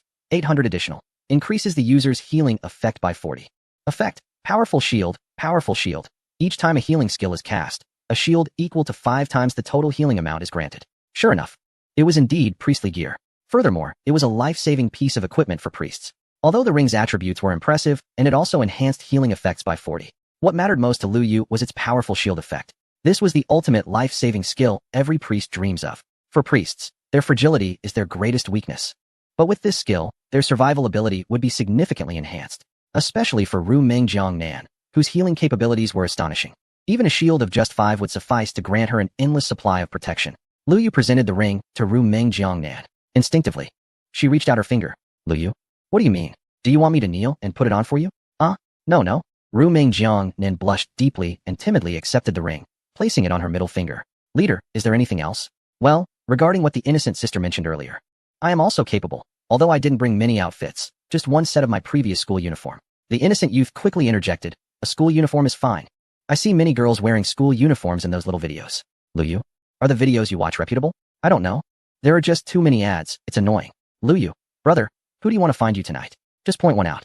Or we could go together, as we have done before. When did we do that together? Remember the last time we went to Wanjin Mountain? Have you forgotten, dear brother? Alright, just be quiet. Lu Yu chose not to engage with the innocent youth any further. Faced with such a young girl, he felt that maintaining his composure until now was an incredible feat, nearly transcending the behavior of a typical man. He picked up the remaining 2 pieces of equipment, the pure-hearted youth and the dreamlike Jiangnan gear, which surely belonged to him. He first examined the details of the staff he had long yearned for. Sunfire Staff, Heavenly Artifact, Level 80 Magic Power, 10,000 attack speed, 950 magic resistance, 500 additional. Increases the user's spell power by 50. Effect 1. Familiarity. Reduces the user's level requirement by 20. Effect 2. Amplified Firepower. Increases skill intensity and range by 2-fold. If the skill is fire-based, it is further amplified by another 2-fold. Description. My experience should be sufficient for you to reach level 70, thus setting the equipment level at 80, allowing you to utilize it for your second-class transition. Upon reading the equipment description, Lu Yu was entirely convinced that these drops were indeed intentionally left for him by Jin Wu. The firepower amplification of this staff was simply tailor-made for Divine Fire. Without hesitation, Lu Yu donned the staff and discarded his previous one into the guild storage. Although Lu Yu had eliminated that silver-grade staff, a level 40 silver staff was still highly coveted among players. Lastly, he reviewed the details of the Gale Cloak. Gale Cloak, Heavenly Artifact, Level 80 Speed, 620 Magic Resistance, 3,000 Defense, 3,000 Health, 10,000 Additional. Increases the user's movement speed by 100. Effect 1. Familiarity. Reduces the user's level requirement by 20. Effect 2. Haste. While mounted. Increases the user's movement speed by 300. Description. Refer to the staff description. This cloak primarily offers a speed enhancement. One must admit, Jinwoo truly understood Lu Yu. Currently, what frustrated Lu Yu most was the excessive time required for travel. Now, With such a significant speed boost, the journey from Lingfeng City to Ji Village, which originally took half a day, could potentially be reduced to merely 2 or 3 hours. If he also utilized the Heartseeker badge, it might take just an hour, perhaps even less. Chapter 284. The Holy Hands transition. After the spoils were divided, Lu Yu surveyed the desolate space, finding little left to scavenge. Let us depart. All right, big brother. Understood, guild leader. Without the need for any maps, the trio simply selected to leave, and they found themselves outside the malevolent map. They retraced their steps along the path they had trodden through the thorns. At this point, merely 2 hours had passed since their arrival. Lu Yu had initially intended to accumulate some experience during this time before the completion of Ji City. Now, although he had gained experience, it was clear that Ji City had yet to be finished. Time suddenly became abundant. Lu Yu gazed at Rumeng Jiangnan and inquired, "Where is your mentor? Shall we accompany you to undertake a first transition quest?" Rumeng Jiangnan had already reached level 44, well beyond the requirements for the quest. "My mentor resides in a cave. Will you assist me in my first transition task?" Lu Yu nodded. The transition quests for hidden professions were typically challenging. Reflecting on his own past, he recalled the arduous task of vanquishing an organized goblin army. Although defeating a legion was no longer daunting for him, at that time, it had required considerable effort. Additionally, there was the task of the pure-hearted youth, which involved single-handedly slaying a level 60 boss. Was that even feasible? Had it not been for Lu Yu's assistance, she would likely have had to wait until she reached level 50 to complete her first transition. Thus, it was evident that Rumeng Jiangnan's first transition quest would likely not be straightforward. Lu Yu felt reassured that with him, the summoner, by her side, even the most arduous tasks could be surmounted. I believe my first transition task should be relatively simple. However, it is truly delightful that the guild leader is willing to accompany me to meet my mentor. In fact, my mentor has long wished to meet you. Want to meet me? Lu Yu pondered, wondering if he had indeed gained considerable fame. It seemed so. Nearly anyone who saw the name Qingjiu would exclaim. "So you are Qingjiu? Then let us set forth. Is your mentor far from here? Should we return to Lingfeng City first?" Lu Yu, still bearing a notorious red name, could not use the return scroll for Lingfeng City. Departing from Lingfeng City would indeed be closer, yet he offered, "I can walk there with the guild leader. No need, just mark the coordinates for me. Then you all can return to the city and use the teleportation array to head back to Lingfeng City." Lu Yu believed that Fa Rue had already connected the teleportation array in Ju Yi City with others. With the wind cloak in hand, Lu Yu felt confident in his speed. However, the speed enhancement from the wind cloak applied solely to him. Accompanying Rumeng Jiangnan and the others would necessitate lowering his pace. All right. Rumeng Jiangnan appeared somewhat disheartened. She and the pure-hearted youth tore apart their return scrolls, vanishing from sight. Lu Yu then rushed towards Ju Yi City while simultaneously messaging Qingjiu. "Are you interested in taking up the profession of weapon master?" He attached information about the weapon master role along with his insights on this secondary profession. Before long, Qingjiu responded, "I'm very interested. I've been waiting for you to help me secure a hidden profession." Lu Yu smiled faintly, feeling a sense of camaraderie with his friend. "Then wait for me at the entrance of Ju Yi Zhai. I will first deliver the token to you. But you will have to wait until Ju Yi City is established to take up the profession." Agreed. Lu Yu was uncertain about how long it would take to become a weapon master, or if there was any time constraint at all. If the process proved to be lengthy and he could not halt midway, it would certainly be awkward. He was determined to return to the Gathering City for its construction. As the mightiest player among the human race, his presence would undoubtedly attract considerable attention. Assisting his mentor in swiftly developing Gathering City was a duty he felt compelled to fulfill. With a fourfold speed enhancement, Lu Yu experienced a sensation akin to flying just above the ground while riding his steed. Initially, he found himself somewhat unaccustomed to such velocity, which was reminiscent of his own speed in a previous life. In less than 10 minutes, Lu Yu arrived at Gathering Village, while Qingjiu arrived half a minute later. Somewhat delayed, Lu Yu tossed the secret order to Qingjiu, cautioning him, "Don't lose it. The weapon master profession is not easy to come by." "All right. You can rest assured, brother Yu. I shall take my leave now." "Wait a moment, brother Yu, there is something." "What is it?" "Just now, that innocent youth messaged me, inquiring about the soundproofing in my room and whether you and she..." Lu Yu interjected. This innocent youth truly dares to say anything. He shot a glance at Qingjiu, who burst into laughter as Lu Yu urged his steed to depart. The coordinates from Dreaming Jiangnan had been sent, and Lu Yu calculated the distance and speed, estimating it would take about half an hour to arrive. The route was entirely a smooth stretch of grassland, akin to a highway. He described the distance and location to his steed and settled into the saddle, savoring the surrounding scenery. For a long time, Lu Yu had viewed these abyss-level bosses merely as means of transportation, but they were, in truth, sentient beings. While maintaining their speed, the steed consciously minimized jolting, comfortably carrying Lu Yu to the designated location marked by Dreaming Jiangnan. This place was exceedingly concealed. Without the markings, Lu Yu would never have located it on his own. A small cave appeared before him. The entrance was devoid of Dreaming Jiangnan, indicating she had yet to arrive. Lu Yu decided to enter first. The cave was modest in size, yet furnished with all necessary amenities. On the stone bed within lay a figure clad in white. Is Jiang in here? He inquired.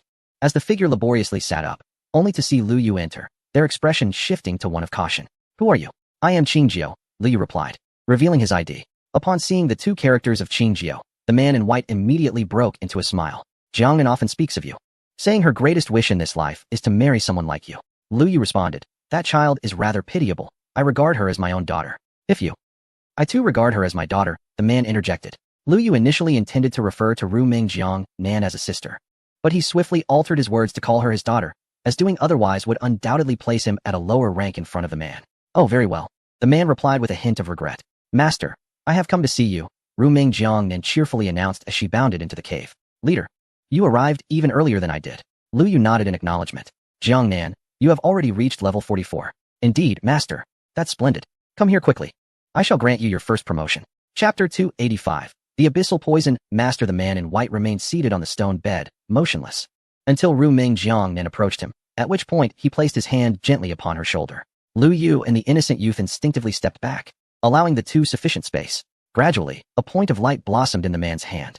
This point rapidly expanded, transforming into a luminous mass that, in the blink of an eye, evolved into a radiant sphere. The sphere continued to swell, filling the cave with a holy brilliance. Unable to withstand the intensity, Lu Yu instinctively closed his eyes and shielded them with his hands. After a moment, he sensed the light finally receding and slowly opened his eyes. The man in white had reclined back onto the bed, his appearance noticeably aged. The innocent youth took a towel, dampened it with water, and gently placed it on the man's forehead. The man offered Ru Mingjiang Nan a faint smile, his gaze filled with kindness. The term kindness, typically associated with the elderly, seemed entirely fitting to describe the man before them.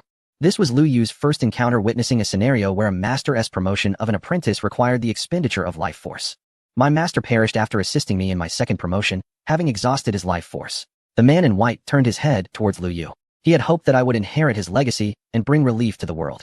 Unfortunately, due to certain circumstances, I am now paralyzed and unable to walk. He gestured towards his unmoving legs. At that moment, Lu Yu comprehended why the man had remained in bed. Are you unable to heal your own legs? Lu Yu regretted his question as soon as it left his lips, realizing that if the man could indeed cure his paralysis, he would not be confined to the bed. True to his thoughts, the man let out a bitter smile. I once believed myself to be a master healer. Without the existence of abyssal medics, I would be the most potent priest in my profession. However, the years spent lying in bed have taught me a profound lesson. Lu Yu nodded, recalling the adage, a healer cannot heal themselves. Indeed, my paralysis was inflicted by a poison master. I have survived thus far solely due to the strength of my own profession. A poison master? Lu Yu was aware of this hidden occupation, yet he had never encountered a poison master of such formidable prowess. Indeed, the term abyss precedes his profession, specifically designating him as an abyssal poison master. Lu Yu exchanged a glance with the pure-hearted youth. Both individuals were practitioners of abyssal professions, possessing a profound understanding of their formidable powers. If the poison were to be administered by an abyssal poison master, even the most skilled healer would find it exceedingly challenging to dispel. Judging by the tone of the man in white, he had been afflicted for several years. This implies that the abyssal poison master in question is not a player, but rather a predecessor of the abyssal profession, akin to Sun Tianhua. It remains uncertain whether a new abyssal poison master has emerged. Sun Tianhua is appended with the title pseudo following his designation as an abyssal summoner, a consequence of Lu Yu's emergence as a new abyssal summoner. If no new abyssal poison master has been born, it is highly probable that the previous one continues to hold that title.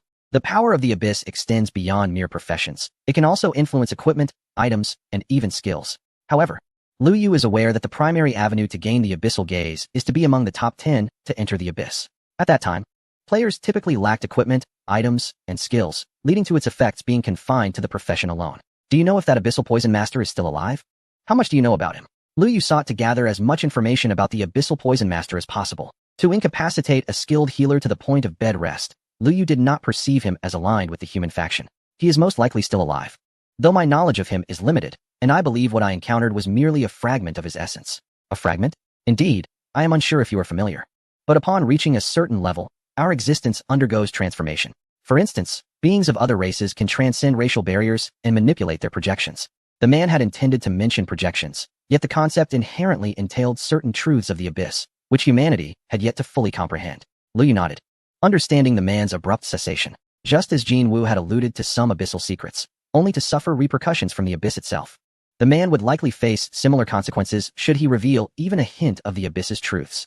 The mentor, now in a dreamlike state, could scarcely withstand any further torment.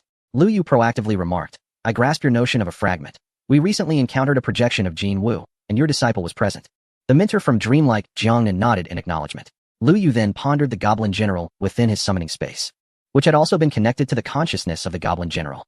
This implies that the Goblin General is at least of the 4th tier. Likewise, the undead and nether races, which were among the earliest to enter the abyss alongside the goblins, surely possess 4th tier entities as well. Lu Yu sighed inwardly. Originally, I believed that I was not far from achieving the 2nd transition, which would grant me the confidence to contend against the alien races. However, it now appears that the 2nd transition is merely a threshold. In my previous life, the human race did not face the full might of the alien races. At the very least, during those 2 years of conflict, I encountered not a single 4-transitional alien. Even the 3-transitional beings were exceedingly rare. The path ahead is indeed arduous. I redirected my gaze to the man, who expressed surprise that we were familiar with the concept of projections. However, upon reflecting on the 3 individuals before me, aside from my apprentice, the other 2 were practitioners of abyssal professions, which eased my mind. He continued. The Abyssal Poison Master was someone I encountered in a sinister map belonging to the underworld race. At the time, I had already undergone my 2nd transition. While his avatar was merely at the 1st transition level, yet he nearly poisoned me to death. You mean that Abyssal Poison Master is a member of the underworld? I inquired. Indeed, and I suspect he wields significant influence among his kin. I fell silent. The alien races, too, possess abyssal professions, a notion I had long suspected. It is not surprising that only the human race does not have access to such capabilities. However, the confirmation of this news weighed heavily on my heart. The extraordinary nature of abyssal professions could already be discerned through the talents of myself and the pure-hearted youth. Now, with the existence of an abyssal professional confirmed among the underworld, it is highly likely that he has already reached the 4th transition. Qingjiu, your understanding of the abyss seems to exceed my expectations. My previous mention to Jiang Nan about wanting to meet you was meant to convey certain information, but it appears you have already grasped much of it, leaving me with little further to impart. I remained silent, for until today, I had believed that my experiences from my past life afforded me a comprehensive understanding of the abyss. However, as I journeyed forth, particularly after encountering the 4-transitional Jin Wu today, I realized how profoundly ignorant I still was. Chapter 286. I have something to tell you. I secretly wish the man would elaborate further. Yet, it seemed that deeper matters had been rendered taboo by the abyss. You must be cautious regarding the underworld poison master, the man addressed us 3. I sense that his intent is to eliminate all potential individuals of the human race before a certain point in time. Lu Ming Jiangnan and the pure-hearted youth appeared to grasp only part of this warning, while I nodded solemnly. I recognized that ever since my return from the alien realm, with my tens of thousands of summoned beasts at my disposal, I had unwittingly grown complacent. If the alien races were capable of controlling all the novice villages of the human race, it stood to reason that only a few underworld spies would infiltrate the secondary main city. There must be more to this situation that I had yet to uncover. At last, Jiangnan has successfully completed his transition. You should hasten to level up as well. A 1st transition is not the end. One must strive for an early 2nd transition. Lu Yu turned to Ru Ming Jiangnan and the pure-hearted youth. You two should return to the Gathering of Heroes and assist Yushir Wu Zheng in establishing the branch alliance. As Lu Yu spoke, he handed the guild establishment order to the pure-hearted youth. After the matters of the branch alliance are concluded, come to my chamber. Brother, have you finally been unable to contain your inner excitement? Invite Qinzhu and Yushir Wu Zheng. This might not be appropriate. I have something to discuss. Oh, all right. Noticing the unprecedented seriousness on Lu Yu's face, the pure-hearted youth restrained his playful demeanor. Ru Ming Jiangnan and the pure-hearted youth tore apart their return scrolls, heading directly to Gathering City. Lu Yu, however, chose to remain seated. Is there something else on your mind? You have yet to reveal your ID. Lu Yu voiced a small curiosity that had been lingering in his mind. In truth, he too preferred to keep his ID concealed. Encountering someone with a similar habit made him realize how uncomfortable it was for others when one chose to hide their ID. The man in white paused, then chuckled. I always thought my ID was visible. With that, he unmasked his ID, revealing the 2 characters, Lantian. Lu Yu had no recollection of this name. He had never heard of it before. He shook his head, hoping that upon seeing this man's ID, it would align with someone from his past memories.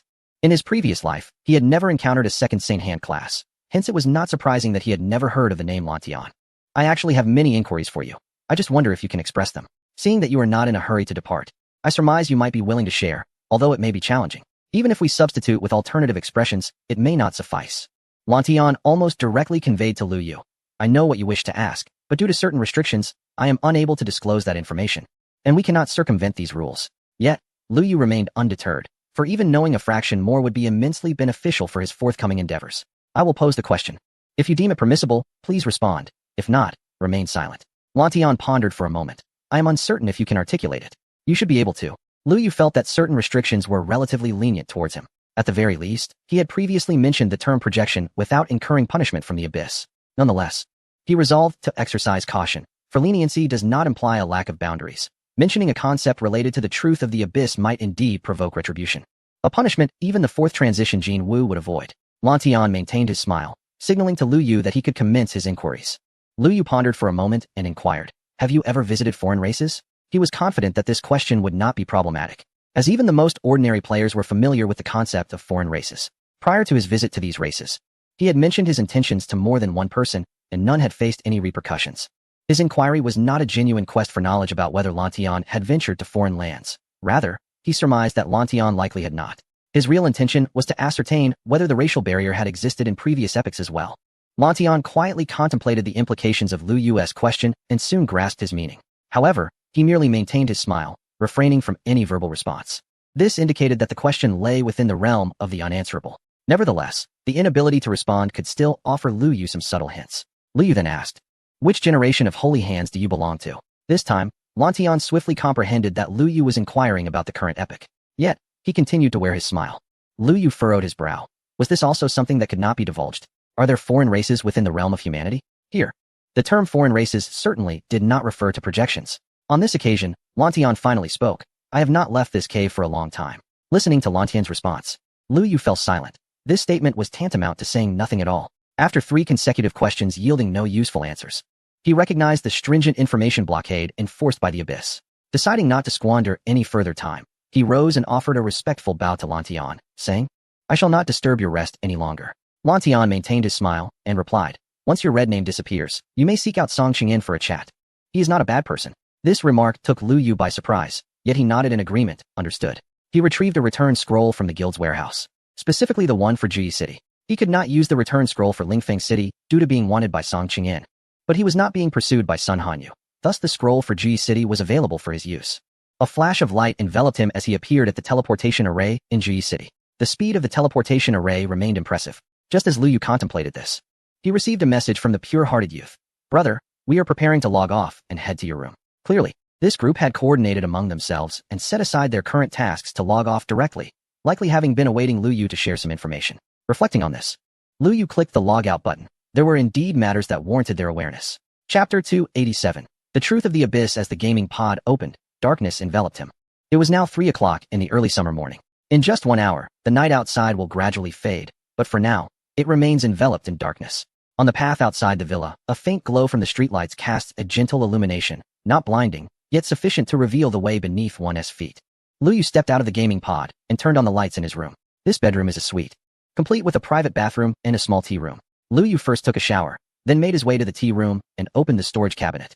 Inside, he found 2 boxes of tea leaves, the variety unknown to him, yet the exquisite packaging suggested they were far from inexpensive. He brewed some, and soon a delicate aroma of tea wafted through the room. For a man who has lived over 20 years and whose savings have never exceeded 5 digits, he was not well versed in the art of tea tasting. However, Lu Yu felt that as they awaited the arrival of others, mere idle sitting lacked something essential. Given that drinking alcohol seemed inappropriate at that moment, he decided to brew a pot of tea instead. Before long, a knock echoed from outside. Lu Yu called for the person to enter, and the bedroom door swung open. He observed that the guests had not arrived together. The first to enter was not the innocent youth, but a person named Wu Zheng, who exuded a carefree demeanor. As usual, he wore a playful smile, but upon seeing Lu Yu's somewhat serious expression, his casualness quickly faded.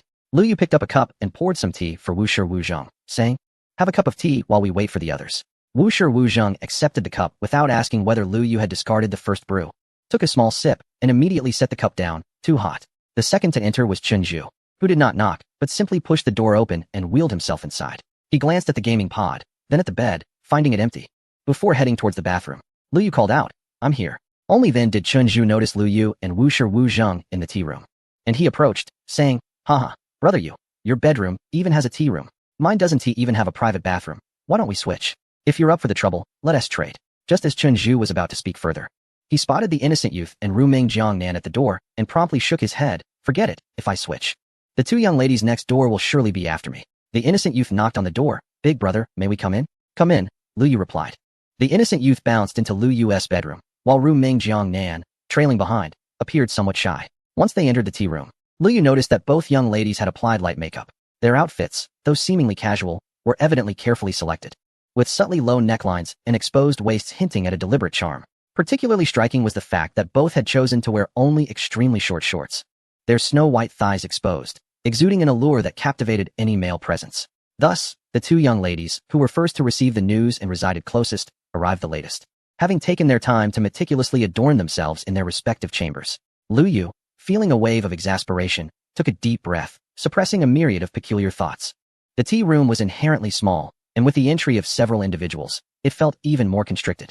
Nonetheless, they all found places to sit.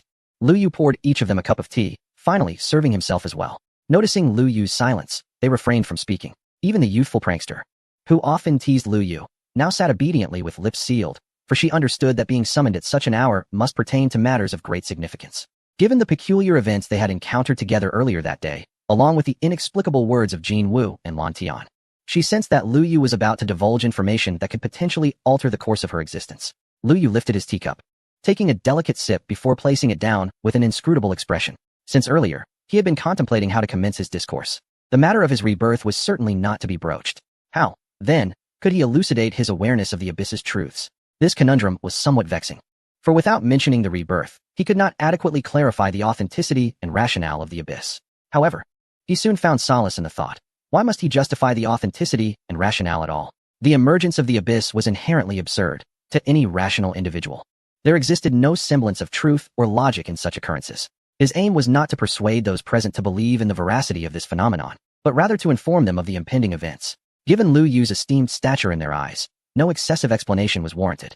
They would not entertain notions of him having suddenly lost his sanity or being possessed by some entity. They were no fools. As elite players in the game, they were far from simple-minded. Lu Yu's gaze swept over the assembly. Instantly, everyone straightened in their seats. Even Chen Zhu, who was closest to Lu Yu, wore a serious countenance. They understood that Lu Yu was poised to speak. Without preamble, he declared that, barring unforeseen circumstances, the Earth would face annihilation in 10 months. And the harbinger of this destruction was the very game they were presently engaged in, the Abyss. Chapter 288. New instance. Lu Yu eschewed any superfluous opening remarks, refraining from phrases such as, "What I am about to say may be shocking, but please believe me." He commenced by articulating the crux of the matter. The four listeners remained silent, yet their expressions shifted with varying degrees of astonishment, confusion, curiosity, and realization. Their eyes remained fixed on Lu Yu, eager for him to continue. In due time, the game will become our reality. Everything we possess within it will persist even after the Abyss descends. The gaming pods we currently utilize are, in fact, products of the Abyss. Lu Yu sipped his tea, pausing to allow the weight of his words to resonate with those present. His previous remarks, though few, were sufficiently profound, and he wished to give the individuals before him a moment to process this information. Wu Shijing lifted his cup and took a sip. My father must have known about this long ago, which is why he divested all his ventures in the real world to fully develop his influence within the Abyss, correct? From my interactions with your father, it is evident he was indeed aware. He set his cup down, expressing his irritation. That old man, didn't he even bother to inform me? Chen Zhu also took a sip of tea. So, brother Yu, I've been feeling as though reality and the game have been reversed. Was that not merely an illusion? Lu Yu nodded. What you experienced is likely a precursor to entering the Abyss. If this sensation persists, you may find yourself unable to return to reality within 2 months. Wait, but I'm still a virgin. Once I enter the Abyss, stop right there. You can marry and have children inside. The Abyss imposes no age restrictions. Oh right. Chen Zhu chuckled, a grin spreading across his face. Leader, since the gaming pods are products of the Abyss, why must we still purchase them? Who is selling them? Is the official body aware of this? It is likely the officials who are selling the pods. The supply of gaming pods from the Abyss is limited, and it is improbable that everyone can be equipped with one in the short term. Additionally, there exists an official organization within the game that you should all be familiar with, the Huan Alliance. Everyone nodded in agreement. As soon as Lu Yu mentioned the existence of an official organization within the game, the name Huan Alliance inexplicably surfaced in their minds. This was not merely due to the name's formality. The actions of the Huan Alliance within the game also conveyed a distinctly official aura. If the officials are aware of this matter, why not disclose it openly and facilitate everyone's early entry into the game? This way, individuals could adapt beforehand. Revealing the truth after the Abyss descends would surely incite panic, would it not? However, announcing it now would only amplify the ensuing chaos. Wu Shijing interjected, employing a perspective that transcended typical youthful frivolity. Yet, he soon expressed his confusion, but they could still arrange for people to enter in batches. It appears the officials have not taken substantial action. Lu Yu affirmed, the officials are not entirely inactive.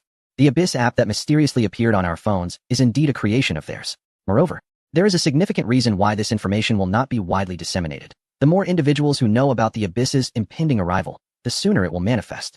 Humanity is far from prepared for such an eventuality. Leader, by informing us, aren't you inadvertently hastening the descent of the abyss? Lu Yu cast a glance at Ru Meng Jiangnan, who instantly flushed with embarrassment, for she too realized that among billions, their presence was utterly negligible. Brother, does our profession truly hold a special significance? Indeed, abyssal professions often symbolize unparalleled strength, but they may also denote a unique mission. Although I remain unaware of what that mission entails, the naive youth's inquiry touched upon a blind spot in Lu Yu's knowledge. In his previous life, abyssal professions had nearly vanished from the outset, and it was only in this life that he began to engage with them. Yet, from the reactions around him, he could barely infer that these professions possessed something extraordinary. However, this peculiarity currently manifested only in their superior strength compared to conventional professions. Regarding other aspects, he remained in the dark. Reflecting on this, Lu Yu suddenly halted, as he became acutely aware of a detail he had long overlooked. The abyss had been operational for over a month, yet only he and the naive youth had emerged as players of abyssal professions. Their formidable prowess should have been evident to all. Even if they were less than exceptional, a month's time should have sufficed for them to distinguish themselves. It was crucial to recognize that the human race had at least 10 opportunities to draw the abyss's attention. Lu Yu could not accept that in the other 8 instances, the abyss focused solely on items and skills. Furthermore, even abyssal equipment, items, and skills should now be widely known. Lu Yu did not dismiss the possibility that some might prefer to play the role of the underdog, deliberately adopting a low profile. However, it was improbable that all 8 individuals shared such a disposition. This led Lu Yu to recall Lan Tian's words, that Abyssal Poison Master had intentionally targeted the abyssal professions of humanity, stifling them in their infancy. Lu Yu took a deep breath, hoping that the others who had caught the abyss's gaze were merely being discreet. Brother Yu, you mentioned earlier that humanity is far from ready for the abyss's arrival. What preparations must we undertake? Is the abyss truly perilous? Lu Yu shifted his focus back to the tea house, realizing this was the essence of what he needed to convey today. He drained his cup of tea. The abyss is not solely inhabited by humanity. Numerous other races dwell within it, and humanity stands as the weakest among them. They are all conspiring to eliminate our kind. Everyone's eyes widened in astonishment. So, the monsters we are currently slaying in the game are other races from the abyss? Yes, but not entirely. The majority of the alien beings we are defeating are merely projections, created by the abyss through humanity's influence. However, both of us have indeed faced genuine abyssal entities. Lu Yu's final statement was directed at the naive youth, who immediately grasped the implication. Brother, are you referring to that alien map we ventured into a few days ago? Indeed, we ventured forth into the realm of true outsiders, who have now descended into the abyss. The ever-calm one furrowed his brow. If these outsiders have already entered the abyss, why do they not advance into the territory of humankind? Our current levels differ vastly from theirs. Should they choose to attack now, they could easily extinguish us in our cradle. This is due to the existence of the racial barrier. Racial barrier, you ask? Yes, it is a barrier deliberately established by the abyss, until it dissipates. Different races cannot enter each other's territories. Of course, like any system prone to flaws, the racial barrier is not without its cracks. It was through such a fissure that the innocent youth and I gained entry into the realm of the outsiders. A hush fell over the group, as they recalled some peculiar experiences they had encountered in the game, prompted by Lu Yu's earlier remarks.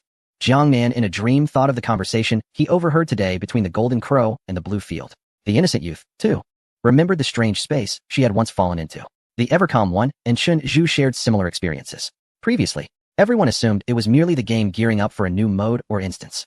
However, it now appeared that this could indeed be considered a new instance. Just then, the ever-calm one's phone suddenly began to ring. He had intended to silence it before entering, but, concerned about potential matters within the game, had set it to vibrate instead. He glanced at Lu Yu, who nodded, signaling him to answer. Upon pressing the answer button, the voice of the determined one resonated through the phone. Deputy Alliance Leader, Song Qingyan has issued an urgent rescue order. The gates of Lingfeng City have been breached. Chapter 289. The decision to rescue Lingfeng City. The gates of Lingfeng City have been breached? Indeed, by a horde, a vast multitude of goblins. Deputy Alliance Leader. Please consult the Alliance Leader. Should we respond to this crisis? The daily affairs of the Abyss Lord are managed by the Evercom 1 and Shinju, and the Determined 1's call was directed straight to him. The Evercom 1 set the phone to speaker mode, allowing everyone to hear the Determined 1's words. All eyes turned to Lu Yu. He had just mentioned the outsiders and projections, although he had not expanded further on the topic. They understood the significance of a level 2 main city to humankind. However, the Abyss Lord has now relocated to the City of Unity.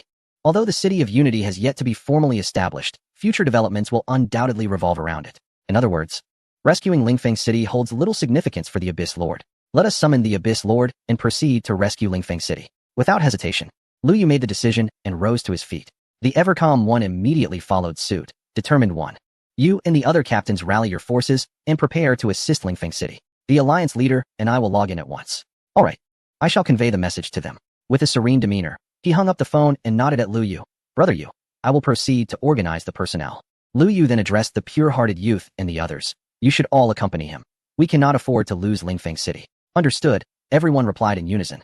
Subsequently exiting Lu Yu's bedroom, Lu Yu then took a moment to halt Chen Zhu's wheelchair. Zhu, there is something I feel compelled to share with you. Brother Yu, you are referring to that incident with the car accident, aren't you? Lu Yu nodded. That accident was no mere coincidence. Their target was likely me. Oh, this trivial matter. I suspected as much when you mentioned the foreign tribes earlier. In truth, whether it was an accident or not, I am grateful I pushed you away back then. Now, knowing about the foreign tribes, I feel even more elated. Besides, I am not disabled in the abyss. We are all destined to enter the abyss eventually. Observing Chen Zhu's cheerful demeanor, Lu Yu found that the emotions he had just begun to cultivate were diverted. Brother Yu, I now comprehend why that old fellow Du Guohuar insists you are immensely significant to the human race. I share that sentiment, undoubtedly. There will come a day when you will transform all those foreign entities that conspire against us into your summoned beasts. Lu Yu smiled as he gazed at Chen Zhu. That day will surely come. That suffices. Now I must return to vanquish goblins and collect some interest first.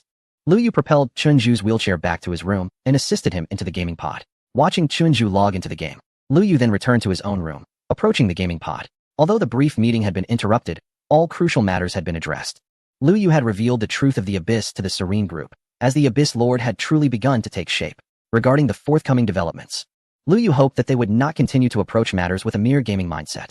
As the core of the Abyss Lord, he felt it was essential for them to grasp the true nature of the Abyss. This would not only prepare them psychologically and strategically, but also clarify their objectives and enhance their collaboration. However, Lu Yu had not anticipated the rapid breach of Lingfeng City's gates. This signified that a third of the city's downfall had already transpired. Logically, even without the involvement of players from the onset, the strength of Song Qingyan and the Lingfeng City guards should not have been so feeble. Could it be that this fellow deliberately allowed the goblins to breach a gate to trigger a rescue order, thereby preserving the strength of Lingfeng City? Lu Yu shook his head. This obstinate lord surely would not opt for such a course of action, as the risks were too great. Should the goblins indeed surge through the breached gate, they could potentially devastate Lingfeng City in a single, relentless charge. Song Qingyan would not take such a risk. Does this imply that a legion of goblins has indeed breached the gates of Lingfeng City?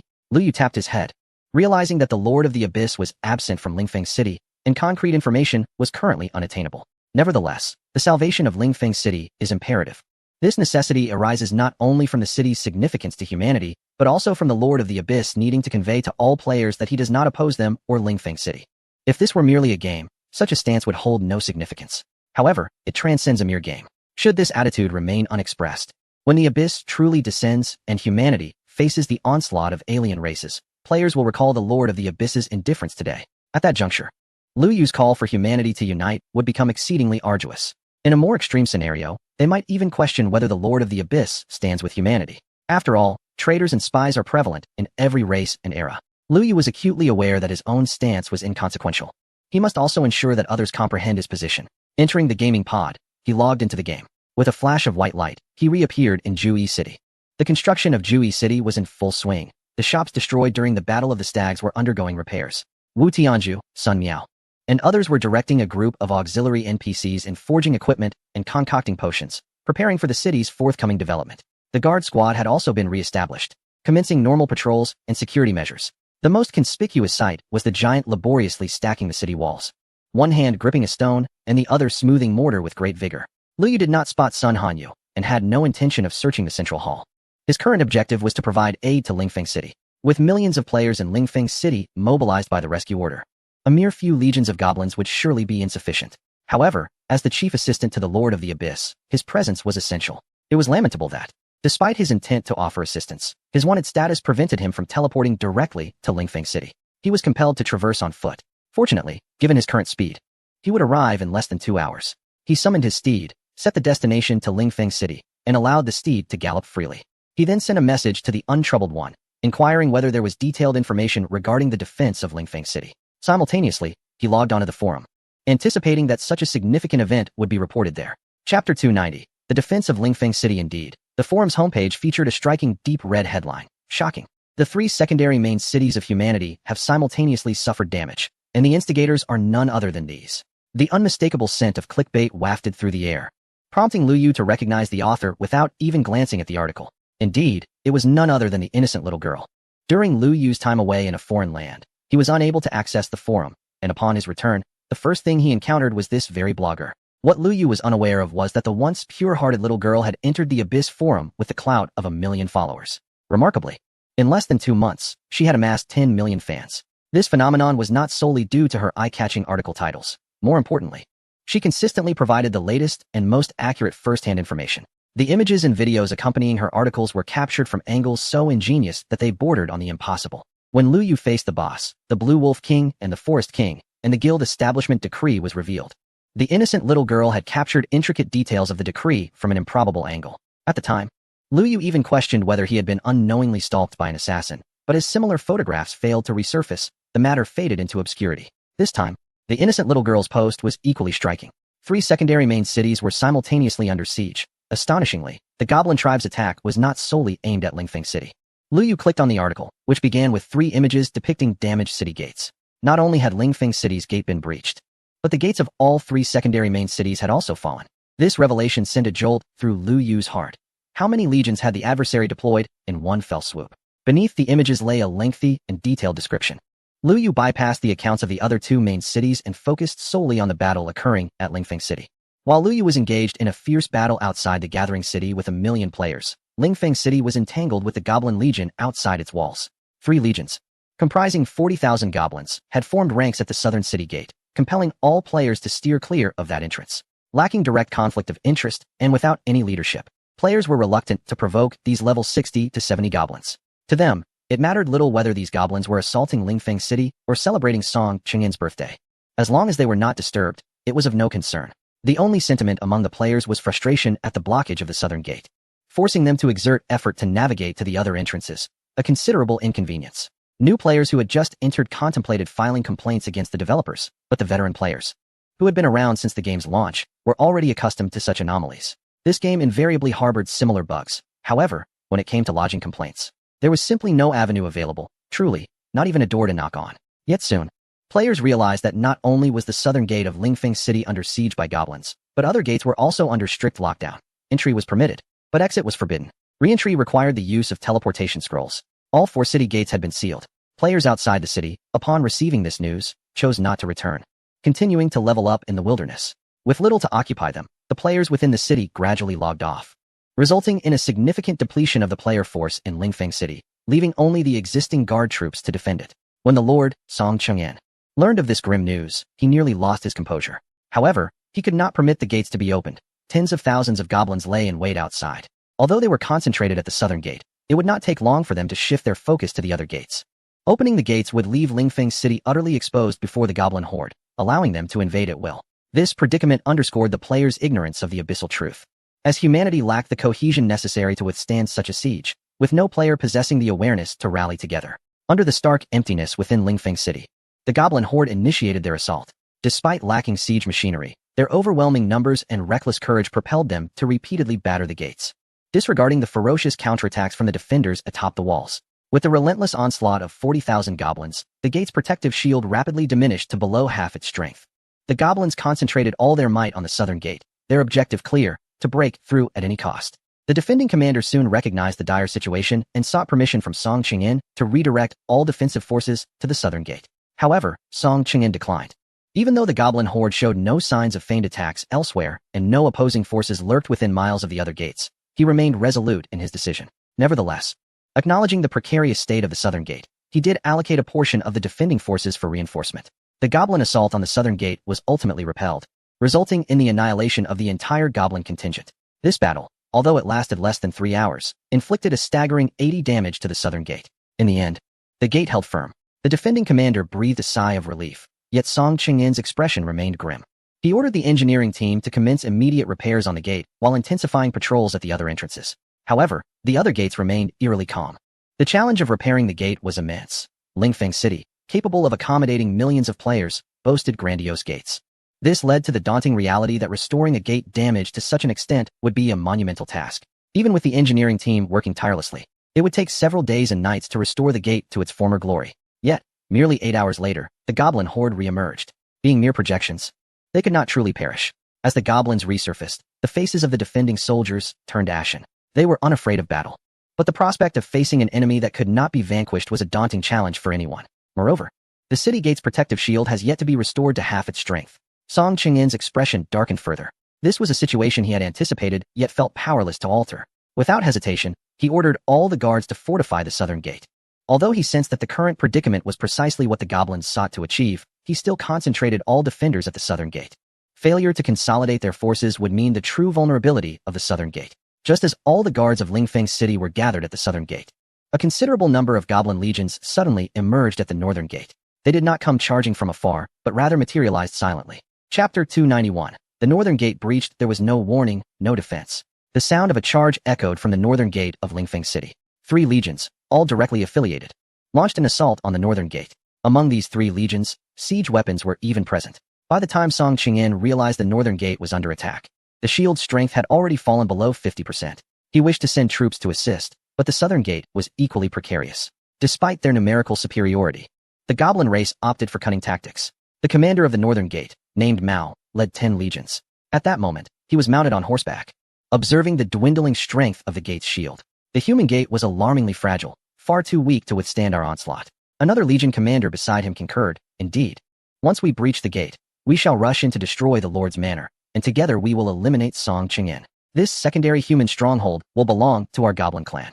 Mao shook his head. It won't be that simple. Once the gate is breached, it will trigger the humans' call for reinforcements, and a substantial number of humans will come to defend this city. Humans, a bunch of first-tier trash. How can they contend with our 3 legions? Mao shot a glance at the legion commander beside him, admitting to himself that he did not particularly like this commander, who epitomized goblin arrogance. Fortunately, he had been appointed as the overall commander from above. Ants can kill an elephant. This time, the influx of humans was unprecedented, surpassing all previous numbers combined. They remained in a state of confusion, rendering them vulnerable. Should they truly descend into the abyss, it would likely spell disaster for the entire abyssal race. No matter how numerous they are, can they outnumber us goblins? In terms of sheer numbers, the necromancer race undoubtedly holds the title, followed closely by the goblin race. Mao ceased his speech, and the subordinate fell silent. Moreover, speaking so much to a mere projection seemed futile. Mao's words were actually directed at a young goblin behind him.